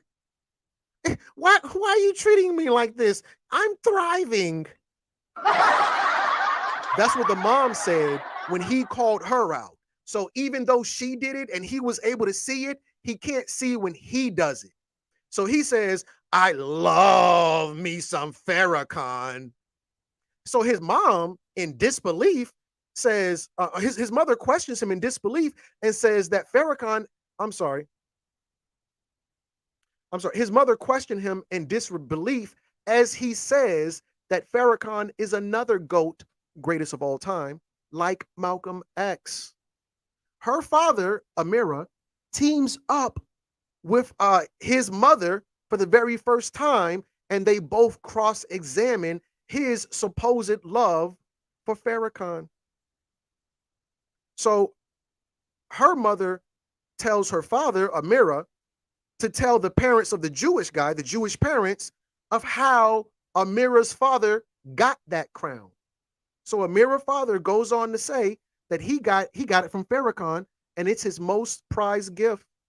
And then he asked, "Are you familiar with the minister's work?" Shots fired, family. He was taking shots right then. And she says, blind. Well, I don't know if she was blind or not to what he was, kind of taking a jab at her. She says, "Well, I'm familiar with what he said about the Jews." As you can see, she clapped back. What she was referring to was a book by Farrakhan, but obviously it's not authored by Farrakhan. Farrakhan said that he was the leader of the Nation of Islam when the book came out, but this book was put together by a Nation of Islam study group, or I'm sorry, a research team. And the research team did nothing but compilate facts upon facts upon facts in this book. There's nothing anti-Semitic in the content, but truth sounds like hate to those who hate the truth. That's right. That's right. Ain't nobody playing. Anyway, in the book, they cite facts like the story of Leo Frank. Leo Max Frank was an American factory superintendent who was convicted in 1913 of the murder of a 13-year-old employee, Mary Fagan, in Atlanta, Georgia. Atlanta, stand up. His trial, conviction, and appeals attracted national attention. His lynching 2 years later, in response to the commutation of his death sentence, became the focus of social, regional, political, and racial concerns, particularly regarding anti-Semitism. He was found guilty of rape and murder of a little girl, and he got the death sentence. But the Jewish community, who was powerful, rich and powerful, was able to get the sentence commuted to life in jail, which was an outrage nationally. Today, the consensus, this is because of Jewish propaganda, I personally believe, just my opinion, Today, the consensus of researchers is that Frank was wrongly convicted and Jim Conley, a black guy, was likely the actual murderer. Remember, notice it says likely. They just blaming somebody. They're just blaming. They don't know. They're just shoot. They're. This is the secret relationship between blacks and Jews. What happened was he was the boss at the job, and he used his white power and white privilege to grape a young girl. And after things got carried away, she died, and he killed her. And then the janitor, who was after hours, which was a black guy, he told him to clean up the mess. Ain't that something, y'all? Ain't that something? Hey, you, come clean up. Don't that sound like people in press 333 if that sounds like something people in power would say? Hey, come clean up. Clean up my mess, Toby. That sounds like something the European in power says to the subordinate black man who's underneath him. Come clean up. So after old boy cleaned up the mess, got all the girls' DNA on him, got all the girls' blood on him, then everybody was like, Leo didn't do it. The janitor did it. Because, black people just like to go around graping, black men like to go around graping women. The first movie that ever played in the White House was Birth of a Nation, a KKK movie about the graping of white women by black men. And this is the narrative pushed across the Jewish community. Born to a Jewish American family. I think that's all I wanted to read from this particular slide. Let me move forward. The case attracted national press attention, and many reporters deemed the conviction a travesty. Within Georgia, this outside criticism fueled anti-Semitism and hatred toward Frank. On August 16th, 1915, he was kidnapped from prison by a group of armed men and lynched at Marietta. Shout out to Marietta, Georgia. Tap in. Mary Fagan's hometown. The next morning, I read that a little bit wrong. On August 16th, he was kidnapped from prison by a group of armed men and lynched in Marietta, Mary Fagan's hometown, the next morning. That's how I should have read it. The new governor vowed to punish the lynchers, who included prominent Marietta citizens. But of course, nobody was charged. In 1986, Frank was posthumously, that means something that happens after death, pardoned by the Georgia State Board of Pardons and Paroles, although not officially absolved of the crime. They pardoned this man because of pressure from the ADL. This is in 1986. Somebody is ahead of me, but they're in good spirit. The ADL was created after this, even though it's on the PowerPoint. He could have just read it in the, if you read ahead of me, it's already on this particular slide, but it's all good. Anyway, yeah, the new governor vowed, in 1986, Frank was pardoned. His case spurred the creation of the Anti-Defamation League. They said, we're going to protect Jews, guilty or not. I don't care if he guilty. We gonna protect him. Okay? Anyway, this led to the creation of the Anti-Defamation League and also the resurgence of the KKK. Remember, family, never forget there were two KKKs, not one. Never forget there were two KKKs.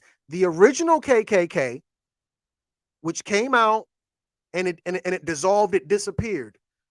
Why did the KKK come back? Because of this Jewish guy.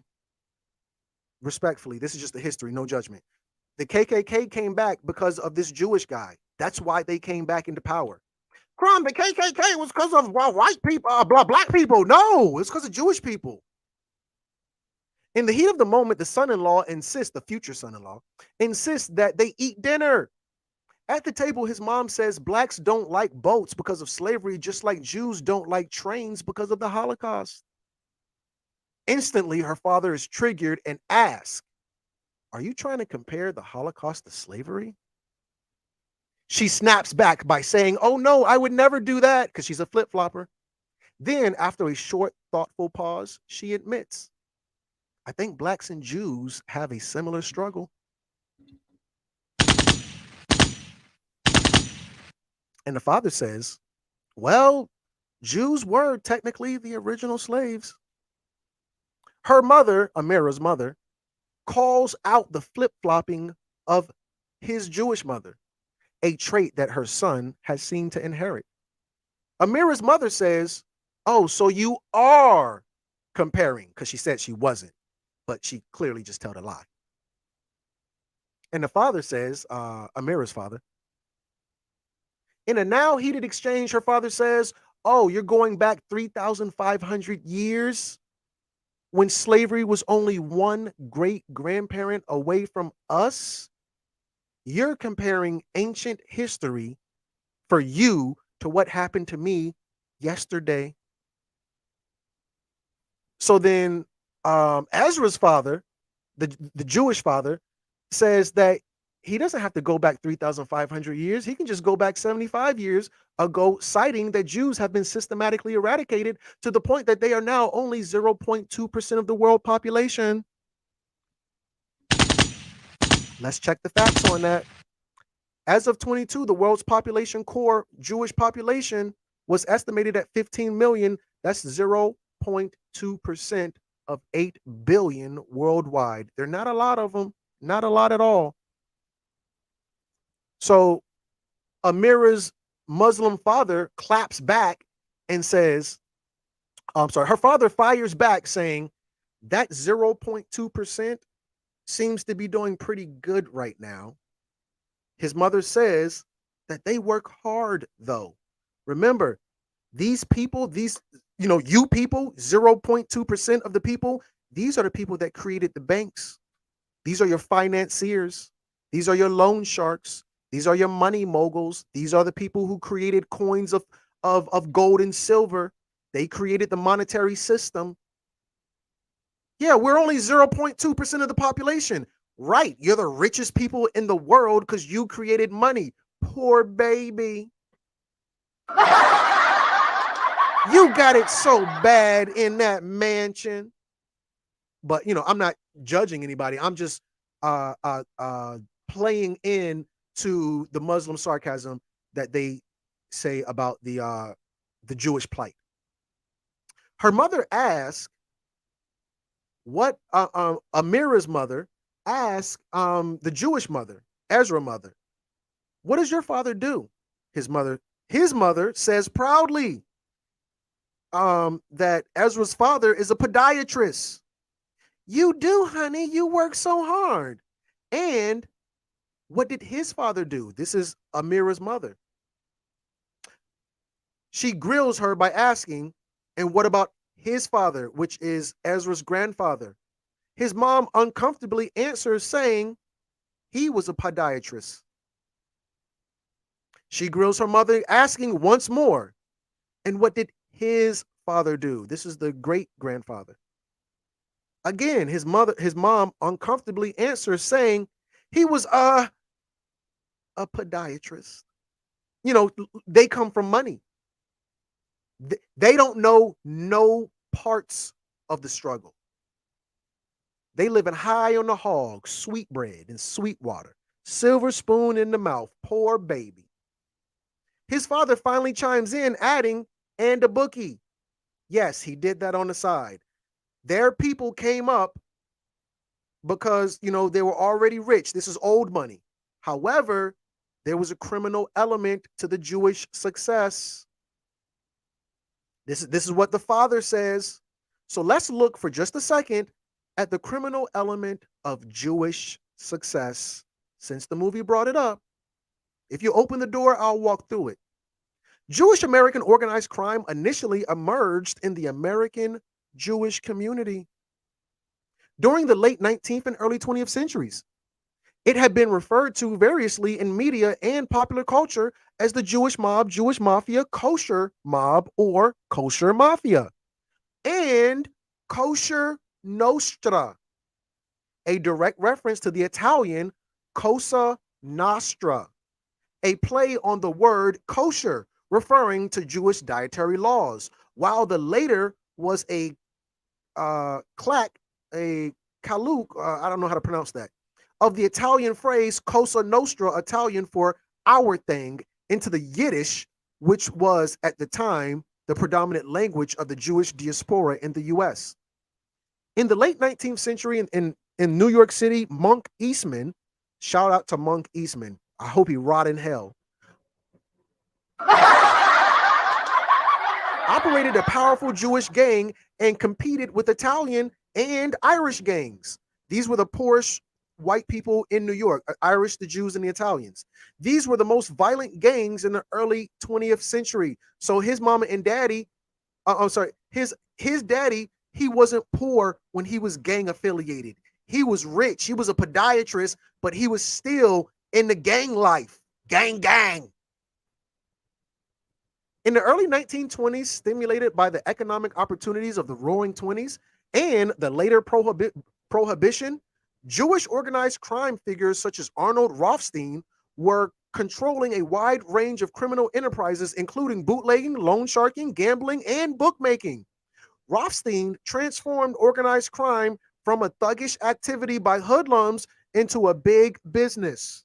Remember, the Jews operate as civil servants. They take care of the finance part of government. They did that in Babylon. They did that in Morocco, and they did that in America in the black market.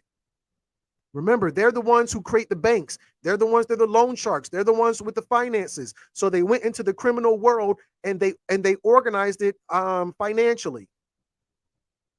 Where was I at? Rothstein transformed organized crime from a thuggish activity by hoodlums into a big business, run like a corporation with himself at the top. Rothstein was allegedly responsible for fixing the 1919 World Series. Hey guys, Rothstein said you gotta lose. Remember, I think it was when Muhammad Ali had fought Sonny Liston. I was told Sonny Liston was paid to take that fall. Sonny Liston was going to beat the effing brakes off Muhammad Ali. Mike Tyson also confirmed that. I believe the same thing Mike Tyson believes, that Sonny Liston was going to beat the sugar honey iced tea out of Muhammad Ali. But the mob told Sonny Liston to take the fall. That's why he lost. And again, the family is ahead of me, but that's only because they're master students. If you look at this slide at the very bottom, I've got Murder Inc. on this slide. So technically he's only like a couple sentences. Anybody can just kind of read it and see that. But yeah, this is the secret relationship between blacks and Jews. I digress. So it says, hold on, let me just stretch. It's been almost 2 hours. Oh.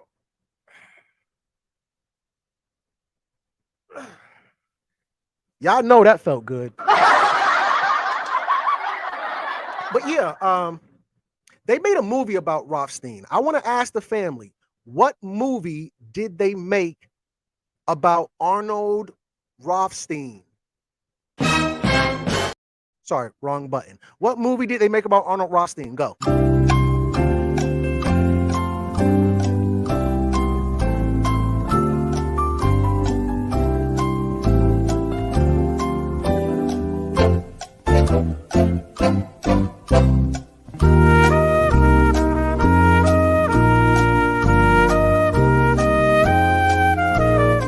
Ding, ding, ding, ding, ding, ding, ding. That's right. That's right. The movie Casino. The movie Casino was about Arnold Rothstein. In the movie, he was Sam Rothstein. Let me just check the facts on that. The movie Casino was made based on Arnold Rothstein. This is according to casino.org. Wow, what a reference. Let me see, can I make this bigger? Every main character in Casino is based on a real-life individual. Sam, or otherwise known as Ace in the movie, Rothstein, is based on the Frank Rosenthal. Oh, I thought it was the other guy, Frank Rosenthal. Frank Rosenthal. Let me just check the facts on that.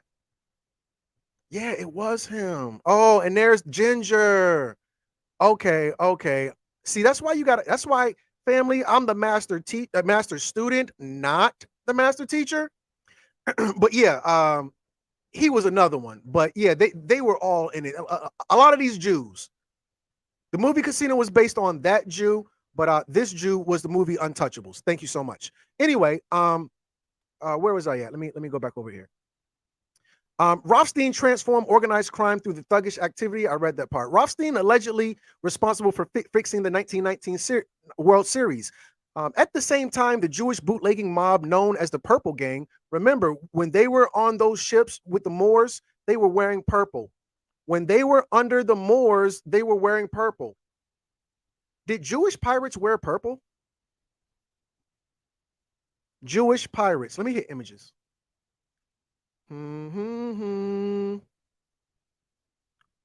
He's wearing brown and purple. He's wearing brown. Under his brown, he's wearing purple. And he's wearing a Muslim headdress. Muslim headdress.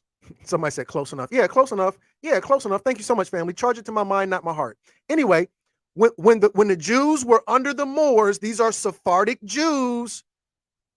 The number one population of Jews is Ashkenazi. The number two is Sephardic. The Sephardic Jews who were on the ships with the Moors, they wore purple. Yeah, he's wearing a turban. Thank you. I don't know what I said, but thank you so much for keeping me honest. Will Justice. I see you. I love you. I appreciate you. Anyway, yeah. When he was on the boats, they wore purple. So when they got to America and started gangbanging, wrong button. Where am I at? What button do I want? I want this button. And they started wearing purple. They called themselves the Purple Gang. Dominated the Detroit underworld, prohibiting prohibition, while the Jewish Bugs and Meyer mob operated in LES, the Lower East Side of New York City, before being absorbed into Murder Inc. Crumb, you want to talk about the secret relation between blacks and Jews? Sure, let's talk about Murder Inc. How come if you type in Murder Inc? Oh, well, this does come up. I thought if you type in Murder Inc, the only thing that's gonna come up is Irv Gotti and what's that guy's name? Irv Gotti and When I Cry, You Cry, We Cry Together. What's that guy name? Imitation Tupac. No, Imitation DMX. What is the guy who was copying DMX and Tupac? When I Cry, Sensitive Thug, You All Need Hugs. What's his name again? The guy that was, hold on. Ja Rule, that's it. How did I forget? Will Justice is on fire. Wherever he's at, he's levitating. That's what he's doing. I don't know where he's at, but he's not touching the ground right now. No part of his body's touching anything. He's in the air. Anyway, yeah, Ja Rule. Oh, Murder Inc. No, the secret relationship between blacks and Jews. The same thing with what was the other guy who copied the Jews? Rockefeller was a Jew. Question, are the Rockefellers Jews? Answers, yes. The Rockefellers are Zionist Jews. Rockefeller forever, whole for life. Throw your diamonds in the air. I don't even know what he'd be saying. I can't quote Jay-Z. The Rockefeller died. How come Rockefeller and murder, the secret relationship between blacks and Jews? Go talk to Irv Gotti and Jay-Z. Okay? Go talk to Irv Gotti and Jay-Z about a secret relationship between blacks and Jews. Then we can talk about Rockefeller Records and Murder Inc. Two overtly black hip hop organizations that were inspired by their Jewish predecessors, by Jewish money moguls, by Jewish crime syndicates. Okay, y'all better talk black to me. Happy Black History Month. Can somebody in the comments type in Happy Black History Month? This February, I'm gonna give y'all the business. I'll type it in. I'll type it in all caps. Happy, if I can spell happy. Not Black History, not all caps for it, just the lack part. Happy Black History. Chrome, I don't celebrate Black history. You don't celebrate no history. Happy Black History Month. You don't know Black history, hip hop history, Jewish history. You don't know no Happy Black History Month. Y'all gonna have to do the history. I'm about to walk. If we're gonna tell the story, we're gonna tell the whole story. Happy Black History Month, huh? Huh? Happy Black History Month. I'm gonna give y'all the history. I don't celebrate. You don't celebrate no history. Come get a taste of what history tastes like. Next slide. Oh yeah. He was absorbed by Murder Inc. and becoming affiliates of the Italian American Mafia. The largely Jewish American and Italian American gang known as Murder Inc. and Jewish mobsters such as Meyer Lansky and Mickey Cohen, Harold Hookie Rothman, Dutch Schultz. Dutch Schultz was in what movie was Dutch Schultz in? The movie with Lawrence Fishburne, and I think it was this woman and she cut the man balls off and put him on the table.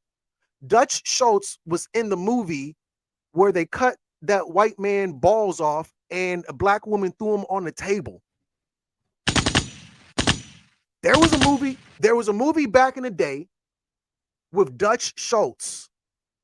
He was the main bad guy and his hoodlum. That's it. Woo, okay. We got to change it to Black history because the family know a little bit of history. In the movie Hoodlum, Dutch Schultz was the bad guy. But anyway, yeah, Dutch Schultz, Bugsy Siegel, they all developed close ties and gained a significant influence within the Italian American Mafia. These are all Jews who went into the crime syndicate, eventually forming a loosely organized, mostly Jewish and Italian criminal syndicate known in the press as the National Crime Syndicate. Jewish and Italian crime groups became increasingly interconnected in the 1920s and 30s all the way into the 60s and beyond, as both groups often occupied the same neighborhoods and social statuses of the time. The second ethnic crime group became especially close in New York City following the establishment of the close relationship between partners Lucky Luciano and Meyer Lansky. When Meyer Lansky joined the crime syndicate, that was another come up. That was like when Mario was able to eat that mushroom and he got big. That's what happened to the mob when Meyer Lansky, one of the most famous Jews, had joined the mob. And their subsequent elimination of many of the so-called mustache Pete types, meaning Sicilian-born gangsters who often refuse to work with non-Italians or even non-Sicilians. Remember, inside the mob, it was only family. Only family could be inside. That's what in the movie Goodfellas, the guy who the movie was about, he could never be a made man because he wasn't Italian. Mustache Pete, he got to die. The Jews killed that. This whole Italian only thing in the mob, the Jews destroyed that. Mustache Pete got to go. Whack him. I'm just joking. Whack him. But yeah, the Cohen crime family, because Cohen is a very Jewish name, of LA and Las Vegas was notably part of both the Jewish mafia and the Italian American mafia, and lines between the two ethnic criminal organizations often blurred throughout the 20th century. Same thing, tomato, La Cosa Nostra. So anyway, because remember, the father said, his father was a podiatrist. He's a podiatrist. His father was a podiatrist. His father's father was a podiatrist. But his father's father, his great grandfather, was a part of the criminal element of Jewish society. And oh yeah, he came here with nothing like everybody else. I'm comparing our struggle, the Jewish struggle, to the black struggle. We came here with nothing, just like you. So then the mama says, actually, you did kind of sort of come here with the money that you made from the slave trade. Let's check the facts. Well, this isn't a fact. This is just what somebody wrote. This is a part of what they call anti-Semitic propaganda. I do subscribe to this. At the height of the American slavery, 78% of slave owners were ethnic Jews. 40% of the Jewish population were slave owners, while only 0.35% of white Americans own slave. Most of your slaveholders were Jews. But it is what it is. According to, I forgot where I got this from. Please forgive me. But it says original articles: the role of Jews in the transatlantic slave trade. Remember, the first people to do the slave trade was in Iberia, or the Hebrew land, with the Spaniards. And after they kicked the Jews out with the Alhambra decree, they went down and started doing business with them. After they kicked the Jews out and the Jews went back to Africa, the Jews were doing business with them, and they called that the slave trade. Now, is it as big as people say it is? I'm not saying that, but I am saying what part of the slave trade there was conducted by Jews who got kicked out of Spain, or that time Iberia, or the Hebrew land, and they started doing business with their oppressors. It says the recent controversy instigated by Leonard somebody. Well, I'm not reading all this whole thing. It is what it is. You know, you've read the title. So he says when his wife starts going over this stuff, saying that you guys made money off our oppression, he says to his wife, "Preach, mother, preach, mother." You know, he was feeling it. So then a Jewish daddy was like, "Holy moly!" His name is Arnold. But after the failed dinner meet and greet, Ezra leads the conversation, saying that they should abandon his culture and not use a rabbi, and goes on to say that they should just use a mutual friend. And she flips the script because she's flip-flopping as well. Remember, her father said, establish your beliefs first, and then love will follow. She did not establish her beliefs first. Now she's having a problem with her love. And this is the first argument that they get into. And this is where her not putting her stuff on the table initially bites her in the butt. When y'all try to go out here with the beast and play kumbaya and smiling in their face, and you want to marry them and they your best friend, and you want to put love before your culture, you want to put your friends before your family, you know, those things are going to bite you in your butt when you find out that they have a culture which they hold near and dear, even if it only benefits them, and they're not tolerant of your culture at all. So she says, I want to use an imam. Now, I'm check. Okay, hold on. Check. Okay, y'all can still hear me. Oh, yeah. So now, remember when they first had that meet and greet, what did she say? What did she say at the beginning of the meet and greet? She says, I want something that represents just us, just him and just her. So based off what she said, he agrees with her. Yeah, something that represents just us. What represents us? A friend of ours. She says she want to use an imam. How does an imam represent him? Stop playing the fence. Put your belief system first so he will respect you. He starts name calling to shame her for not abandoning her culture and following him. After all, she did tell her parents at the meet and greet that she wanted somebody that represented just them. So he starts name calling because now she's being fake as F. And he's like, okay, Miss Shakur, when did you get so Muslim? I've been Muslim. I was born Muslim. And it's important to my dad, so I think we should go with it. Was that Muslim bacon you ate yesterday? You know, was that important? See, this is the thing, family. You can't press 555 if you don't like people who only use Christianity to their benefit. The most evilest people be out here cussing, drinking, fornicating, doing all types of ish. But when it suits them, they Christian. Family, I don't want to hear that Christian-ish. Shots fired. I can relate. I can relate to the Tamahu. I don't want to hear that Muslim-ish. I don't want to hear that Christian. Somebody in my family, I'm not going to drop no names or titles. Somebody in my family, the biggest sinner in the world, going to hell in the hand. I got a family member who going to hell in several different religions. But when it suits them, they want to be Christian RoboCop. Sit yo half-baked. Matter of fact, in the hood, them people who be playing all Christian, but they fake, we call those holy rollers. A holy roller, the term describes dancing, shaking, and other boisterous movements by church attendees who perceive themselves as being under the influence of the Holy Spirit. But as soon as they leave the parking lot, they playing Tupac.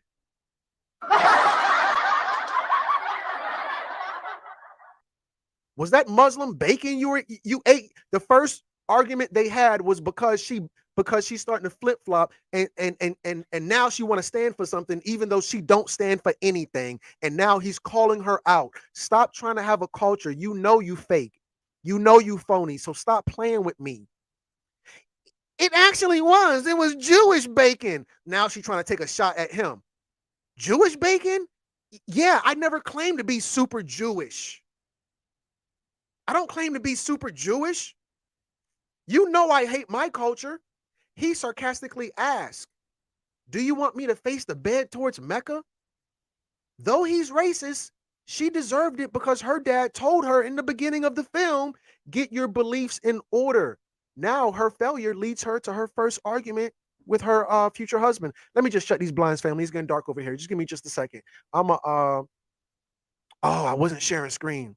Let me share screen right there. I'm gonna throw some music on and I'll be right back. Just give me just a second. Lo-fi.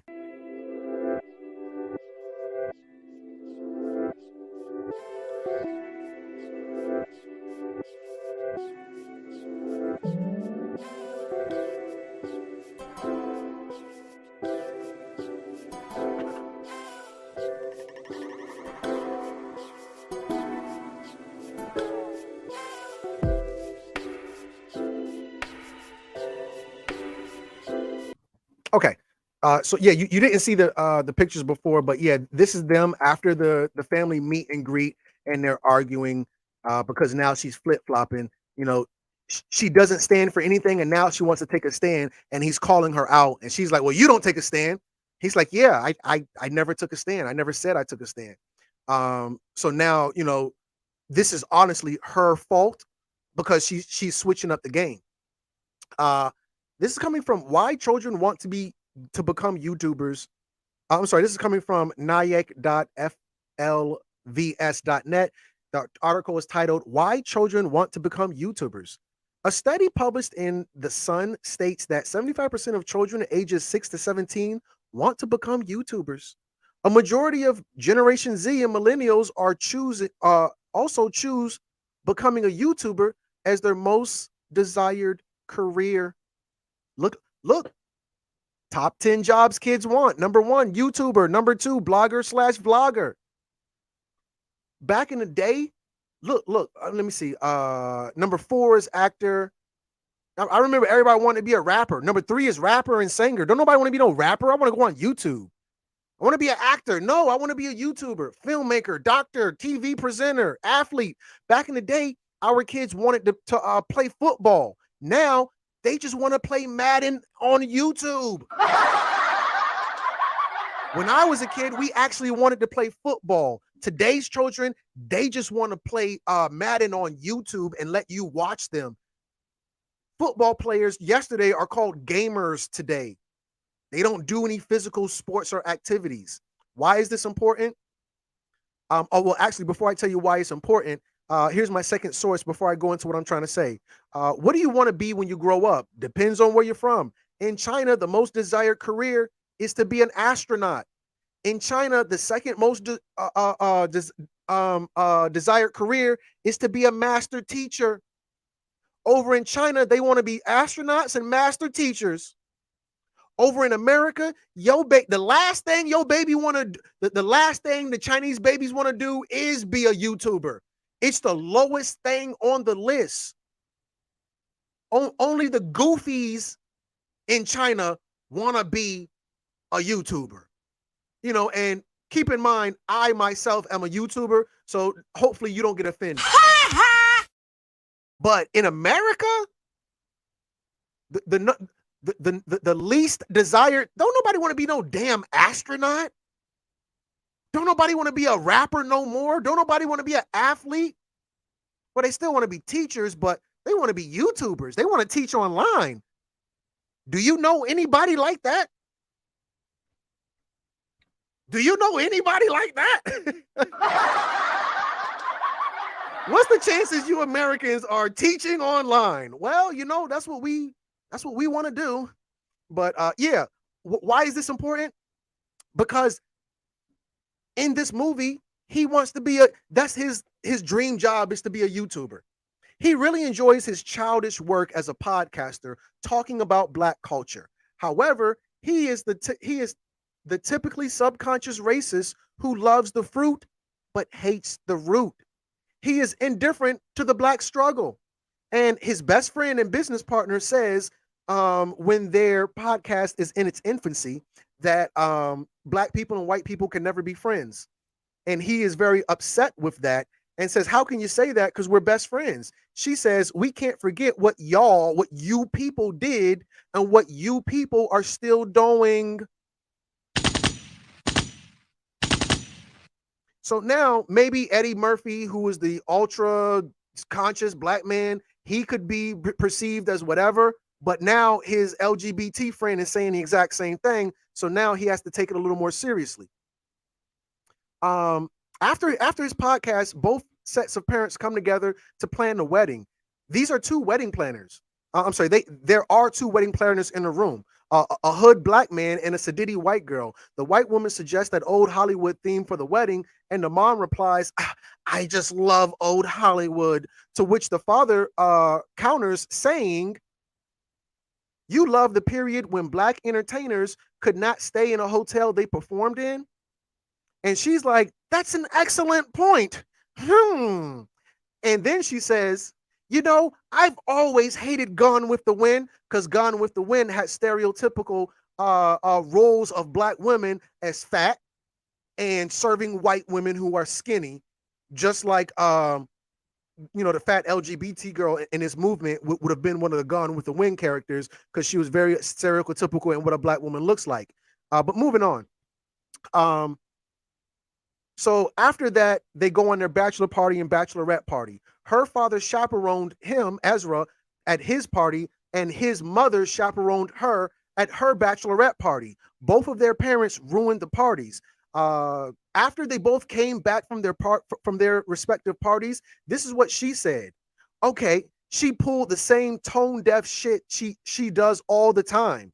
She said, Amira said, Ezra's mom is tone deaf. I believe that, and he is too. But that's what y'all do. So she knows that his mother is racist, and for the first time in the movie, she says, maybe I'm just like my mother to my... Okay, that's a Prince line. But you get it. She says that, you are as racist as your mother, but she doesn't call it racist. She calls it tone deaf, and hell, I'll take that. And he says, because he knows his mom does it, but he can't smell his own sugar honey iced tea. What type of shit is that to say? Trick, it's the truth. What do you mean? Bro, you can't handle the truth. She also reveals that she did not get the job that she was shooting for because she wants to be a strong, independent Black woman. Seeing that she is hurt by the rejection, because women can't handle rejection, he says to her, if it's any consolation, I can hold you down for a while. She says, no, Ezra, I don't want to be some kept woman, which is retarded. But anyway, he says, after she storms out the room, I'm just trying to think of ways to help you, all right? Let me call my friend, my family friend, Rick Greenwald, which is a very Jewish name. He's got connections. He'll look out for you on your next job. That's nepotism, family. What he described right then is called nepotism. I'm about to learn somebody something. Nepotism is a noun. Favoritism shown towards relatives. This is culture. This is amongst races. Different groups of people practice nepotism. Favoritism shown to relatives or close friends by those in power. So now he says, I'm gonna tap into my Jewish culture, which I hate, but when it suits me, I love my culture. Bro, you don't like Jewish culture. You just use Jewish culture when it's convenient to you, the way fake Christians use Christianity when it's convenient to them, even though they the biggest demons on the face of the earth. Definition: nepotism is a form of favoritism shown to family members without regard to merit. Remember, this is culture. Well, he don't deserve to get hired, but he is my son. Give him the job. An example of nepotism is the appointment of family members to civil service. What group of people work in civil service? Often at the expense of a more qualified person. What group of people, what race of people are known to work in civil service and practice nepotism?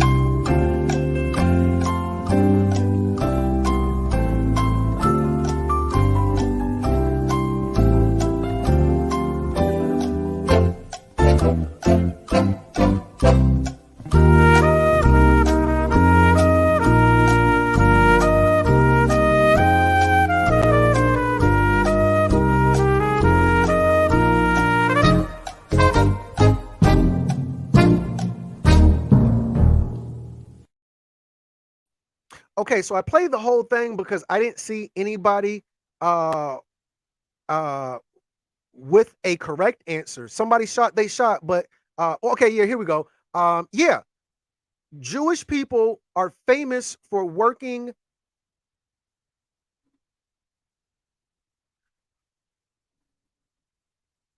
Jewish people are famous for working in the civil servant sector of the government.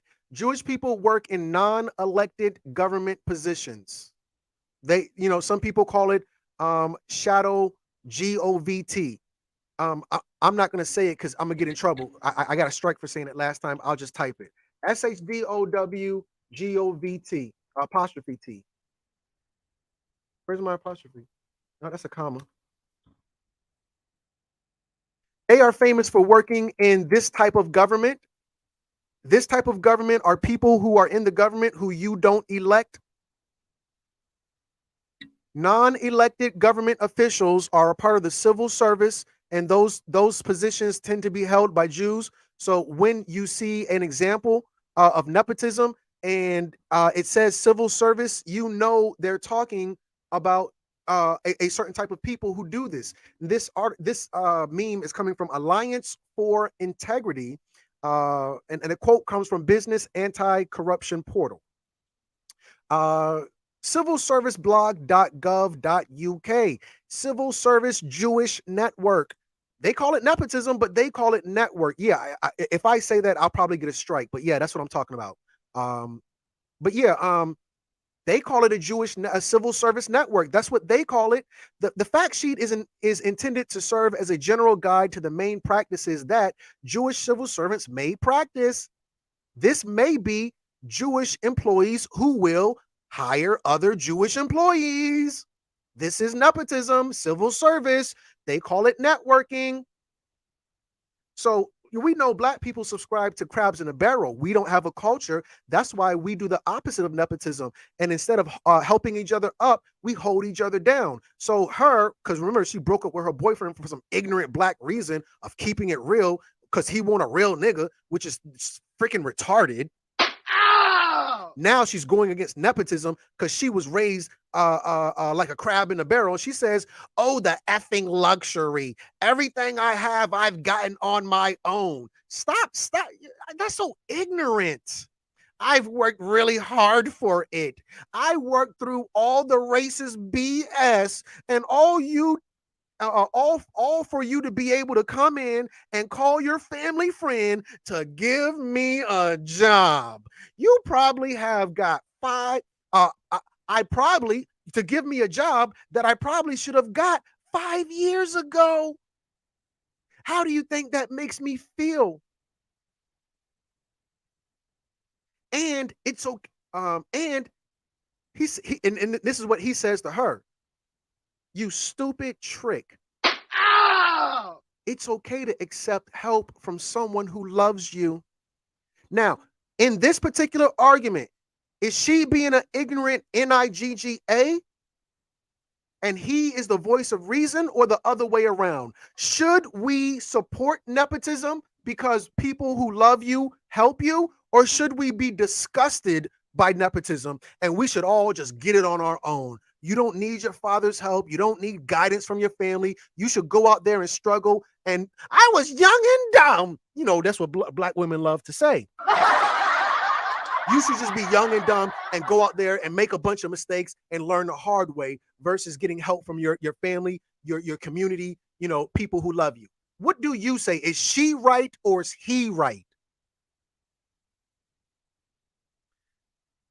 That's really an opinionated question. There's no right or wrong answer, so I'm not going to play the Jeopardy music, but I just want to put that out there for you to think about if you've ever, you know, seen the movie or at least understand the concept. That's really easy for you to say because how life has worked for you. She is such an ignorant Nigger. Life could work for you the exact same way if you weren't so racist towards your own people, if you didn't practice self-hate, if you didn't go against your family and your father like Romeo and Juliet. What are you talking about, hooker?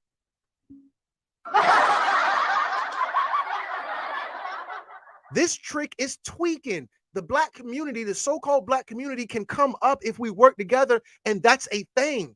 Just because you didn't have it in your community, it should be a breath of fresh air that you're now a part of a network that supports you, goofy. I don't need him. What do I need a man for? Kevin Samuels, yes, I'm going there. Kevin Samuels said, when you get married, it's a unification of networks. You marry into his family or his network. And when she marries into your family, she marries into your network. But black people don't understand that. Black people don't understand unity. Black people don't understand nepotism. This cultural ideology is foreign to the black community. We're very much individuals. God bless the child that has his own. No, because in the Jewish community, if you good, they good. But in the black community, if you good, you good. I hate the idea that God bless the child has his own. That's so effing selfish. Family, I just want you to know, if I got food and you hungry, you eat too. Hold on. Drop a bomb for me.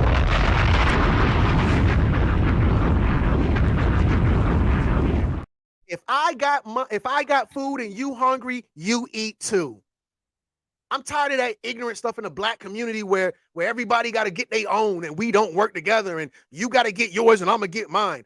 Obviously, they don't do that in the Jewish community, and she don't understand or like or appreciate that, which is you got to keep it real. Got to be a real nigga. So stop being a real. How about you be a man? How about you be a woman? Stop trying to be a Nigga. That's not how it works for me, is what he's saying. So now, because she's coming from an ignorant position of her culture, she doesn't understand how a positive community is supposed to work together. So now, 3 months later, because they broke up after that, 3 months later, his podcast goes viral. I'm sorry. 3 months later, he is doing his podcast, which has been picked up by a major network doing an episode. He says, but at the end of the day, when it comes to black and white people, I don't think love is enough. There's too many other outside factors. That's it, family. You people, racist trash. That's my take on it. Please tell me what you think. Now that you've sat through 2 hours of my tirade, I guess, or really a PowerPoint. Tirade is just kind of randomly going on a rant. When you do a PowerPoint, you know, there's a start, middle, and end. We going somewhere. We're not just ranting. But yeah, now that you sat through my PowerPoint, you can determine if you are a master's student. Do you like the way I go through pop culture? Oh, I'm sorry, wrong button. Wrong button again. What button do I want to press? Yeah, this is the button.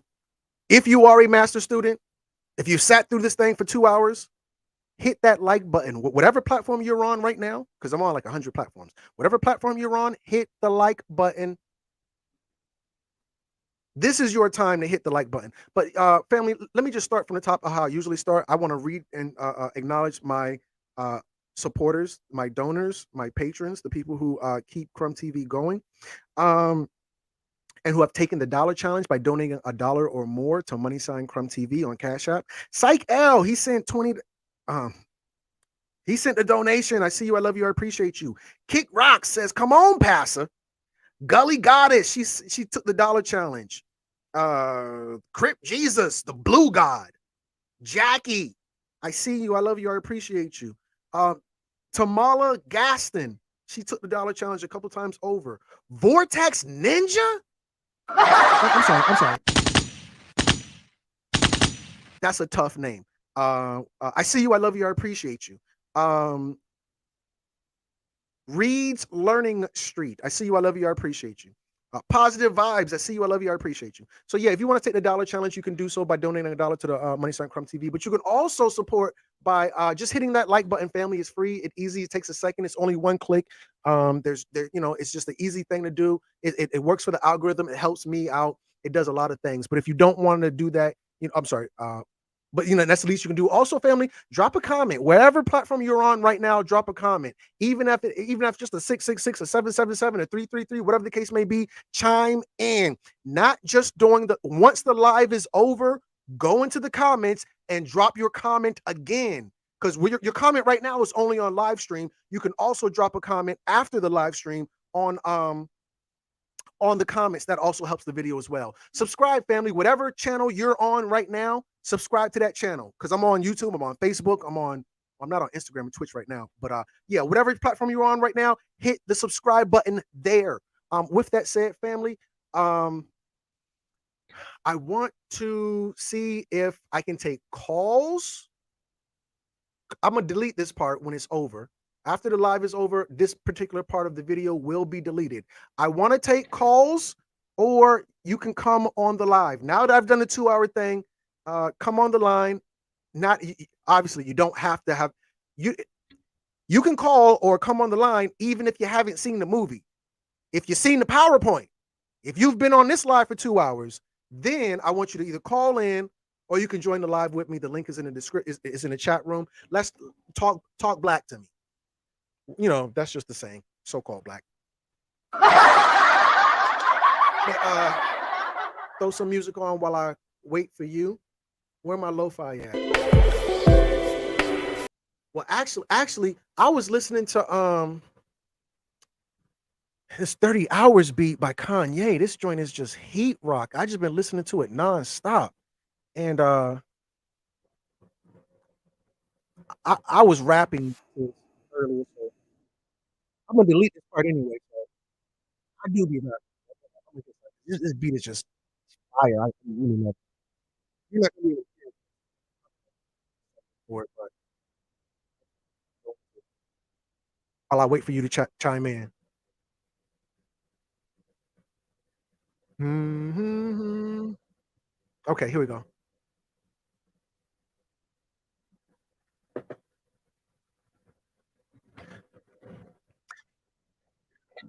Yeah. Uh-huh. Okay. Check it. Check it.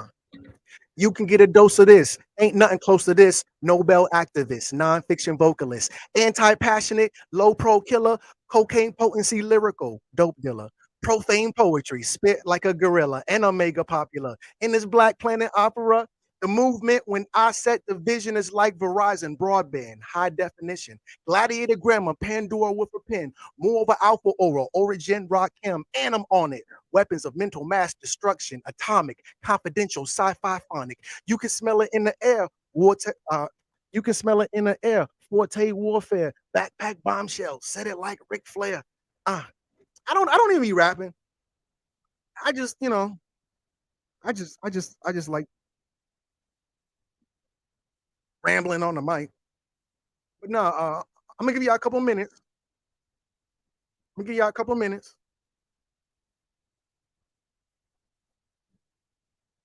If you want to call in or come on the live, you can. I'm gonna delete this when we're done. I'm gonna delete this part when we're done. Mm-hmm. Here's another one while I wait for you. if you come. I'm gonna wheel the beat back. 30. Oh, here we go. Let's see who says what. Okay, I'm gonna pause this. Bring the brother in. What? Peace, brother. How are you? Pause this. Hold on, let me shut down the YouTube real quick. Okay. What? Peace, brother. How are you? Pause this. Hold on, I gotta shut down the YouTube real quick. It's taking me a little bit too long. Hold up. Peace, brother. How are you? Pause this. Hold on, I gotta shut down the YouTube real quick. It's taking me a little bit too long. Hold up. Bang, done. Okay. Peace and love, brother. How are you? Man, you already know, man. You know, the first thing I'm gonna say is all that sellout stuff. You know what time it is. I'm not with none of that sellout stuff. So I hear myself again. So let's get it. Yo, I'm gonna say just like this. Rising power Nip. But Nip is probably rolling his grave right now with this crap. Like real dip. Listen, I'm telling you. You know what I'm saying? And everybody know what the hell I'm talking about. And I was saying something on the stream that you didn't address. So you know that Eddie Murphy is not one of them dudes who subscribe to nothing Black Power at all. At all. Let's remember that time when he got caught. He was like, I thought it was a girl. Yeah, right. You know daggone well that wasn't no girl, my dude. Yeah. All facts. You know, he played a role, and I think he played that role like Al Pacino played Scarface. We know Al Pacino wasn't about that life, and Eddie Murphy, that was a role. That was all that was. But keep going. Yeah. You know what I'm saying? So end of the day, man, these people keep playing. They play way too much, and they're satirizing a lot of the stuff, and they're trying to saturate us with the same bullshit. I just watched this joint the other day about how they used to run Hollywood, and low key they still do. You know what I'm saying? These small hats have stolen a whole culture and identity, and let's call things what they are. They ain't even who they say they are. So when he say he's a chameleon, they chameleons, because when they get into a culture, they hide their identity because they're able to, because they assimilate and mix in.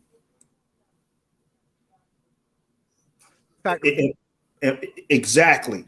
So it's like, yo, they're snitching on themselves by using a character, and they trying to actually save their genes, like, because they know they going down.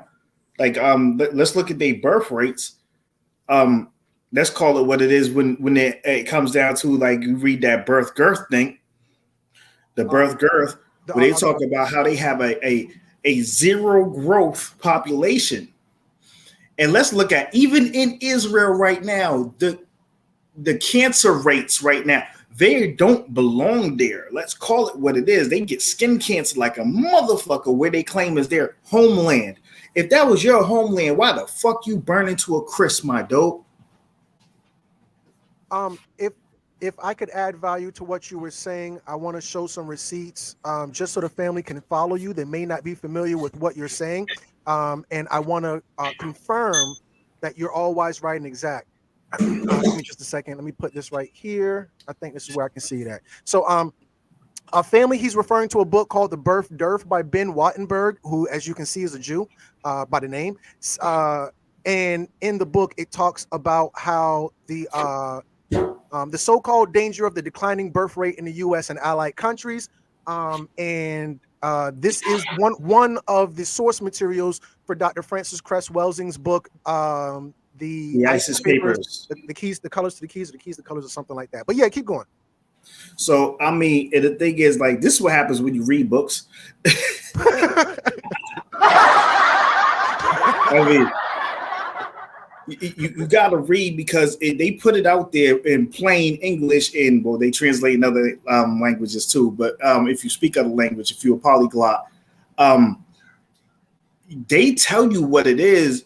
And, you know, I hate that old adage, if you want to hide something from an N word, put it in a book. That's right. Brother, I want to ask you a real quick question, not to divert your thought. But going back to what you were saying about Eddie Murphy, Psych L 333 asked, well, he said, and I wanted to ask you, Charlie Murphy would have been better. I don't know. What do you think, brother? Yes or no? Yo, Charlie Murphy was hilarious, man. I'm gonna keep it real with you, but he knew what not to say. I'm gonna tell you just like this. He knew what not to say. All right, let's just put it this way. That whole story about his brother and Prince being all together all the time.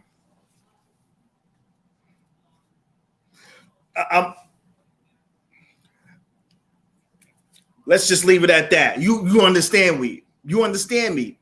You ain't telling me that a little dude that be wearing frilly and is all his friends wear frilly shirts.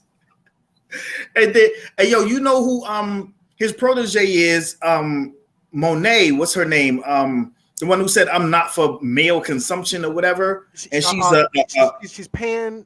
She's a pansexual. Pansexual. That's it. Yes, sir. That is the true definition of fuck everything.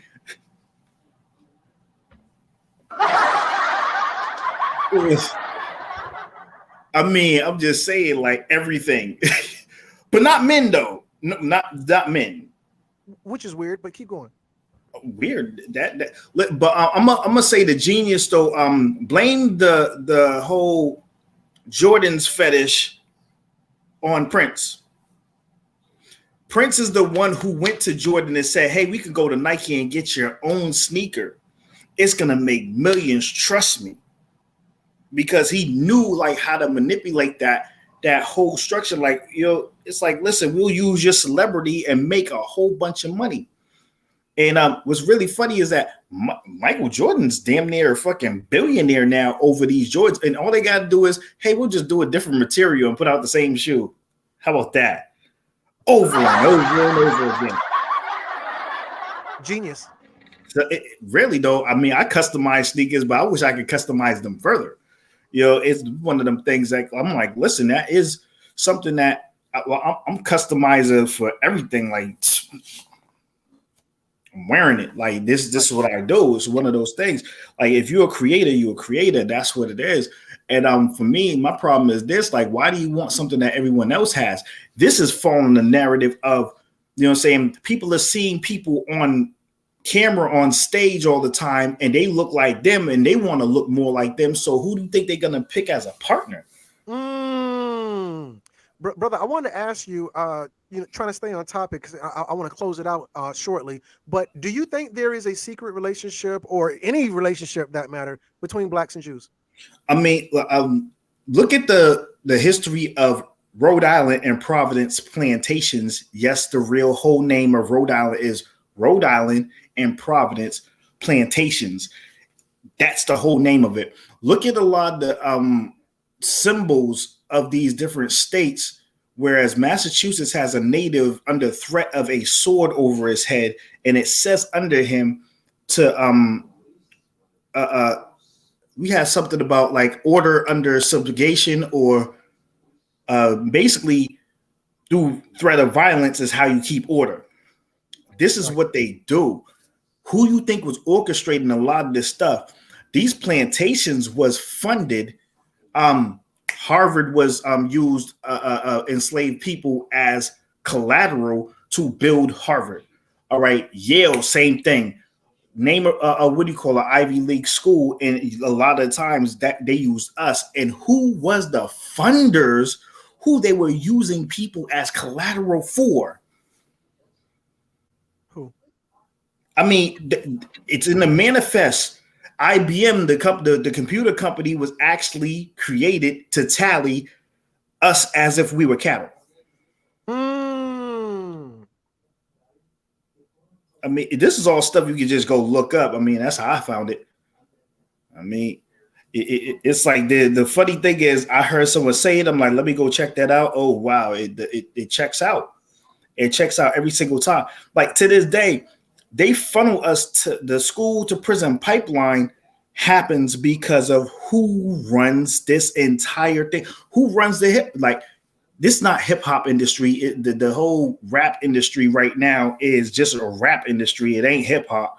They don't talk about nothing but us killing us Now it used to be drug dealers talk about selling drugs. Now everybody talk about doing drugs.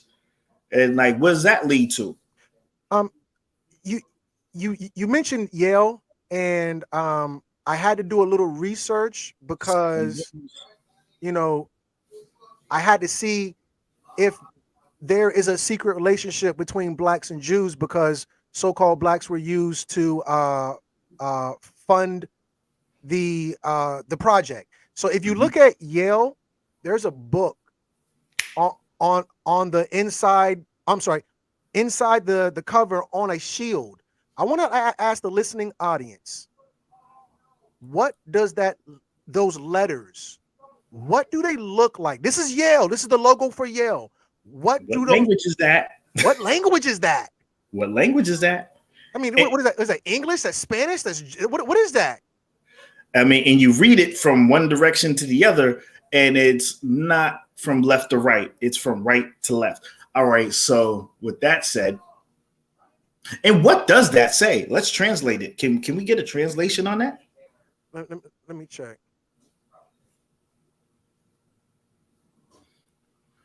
What did it say on the Yale logo book?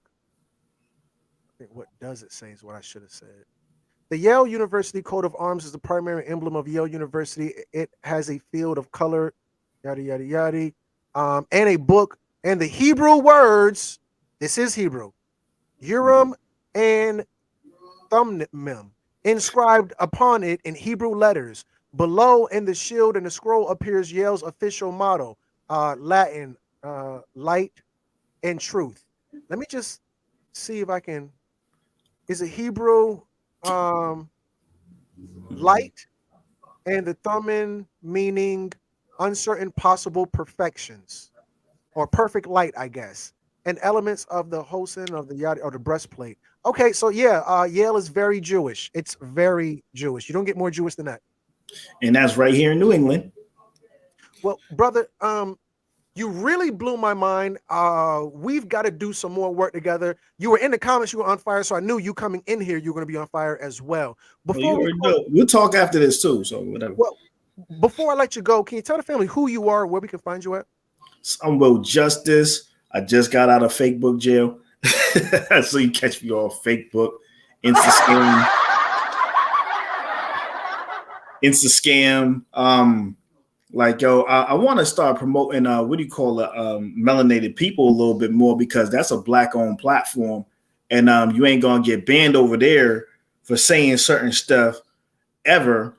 You know, you can say whatever about whatever, and you good. I mean, I'm on Unite the 99, another black-owned platform, but that's more on a esoteric type side. But that's for people that understand that there is actually more than what they want to put out here. So I'm Will Justice. It is what it is. Like, I'm from the Bean, I'm from Roxbury. You trying to get some things going up here in this area where we have a whole slew of gatekeepers who look like me but think like them. And I say that openly. Okay. There it is, family. Will Justice of the Bean. I am your humble brother Crumb of Crumb TV.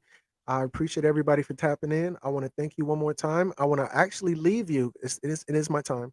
The exact same way I came to you. I'm your humble brother, and you are now watching Crumb TV. Los Angeles, take us out. You are now watching Crumb TV. You're watching Crumb TV. This is Prema Asset in Los Angeles, Leimert Park, and you are now watching Crumb TV.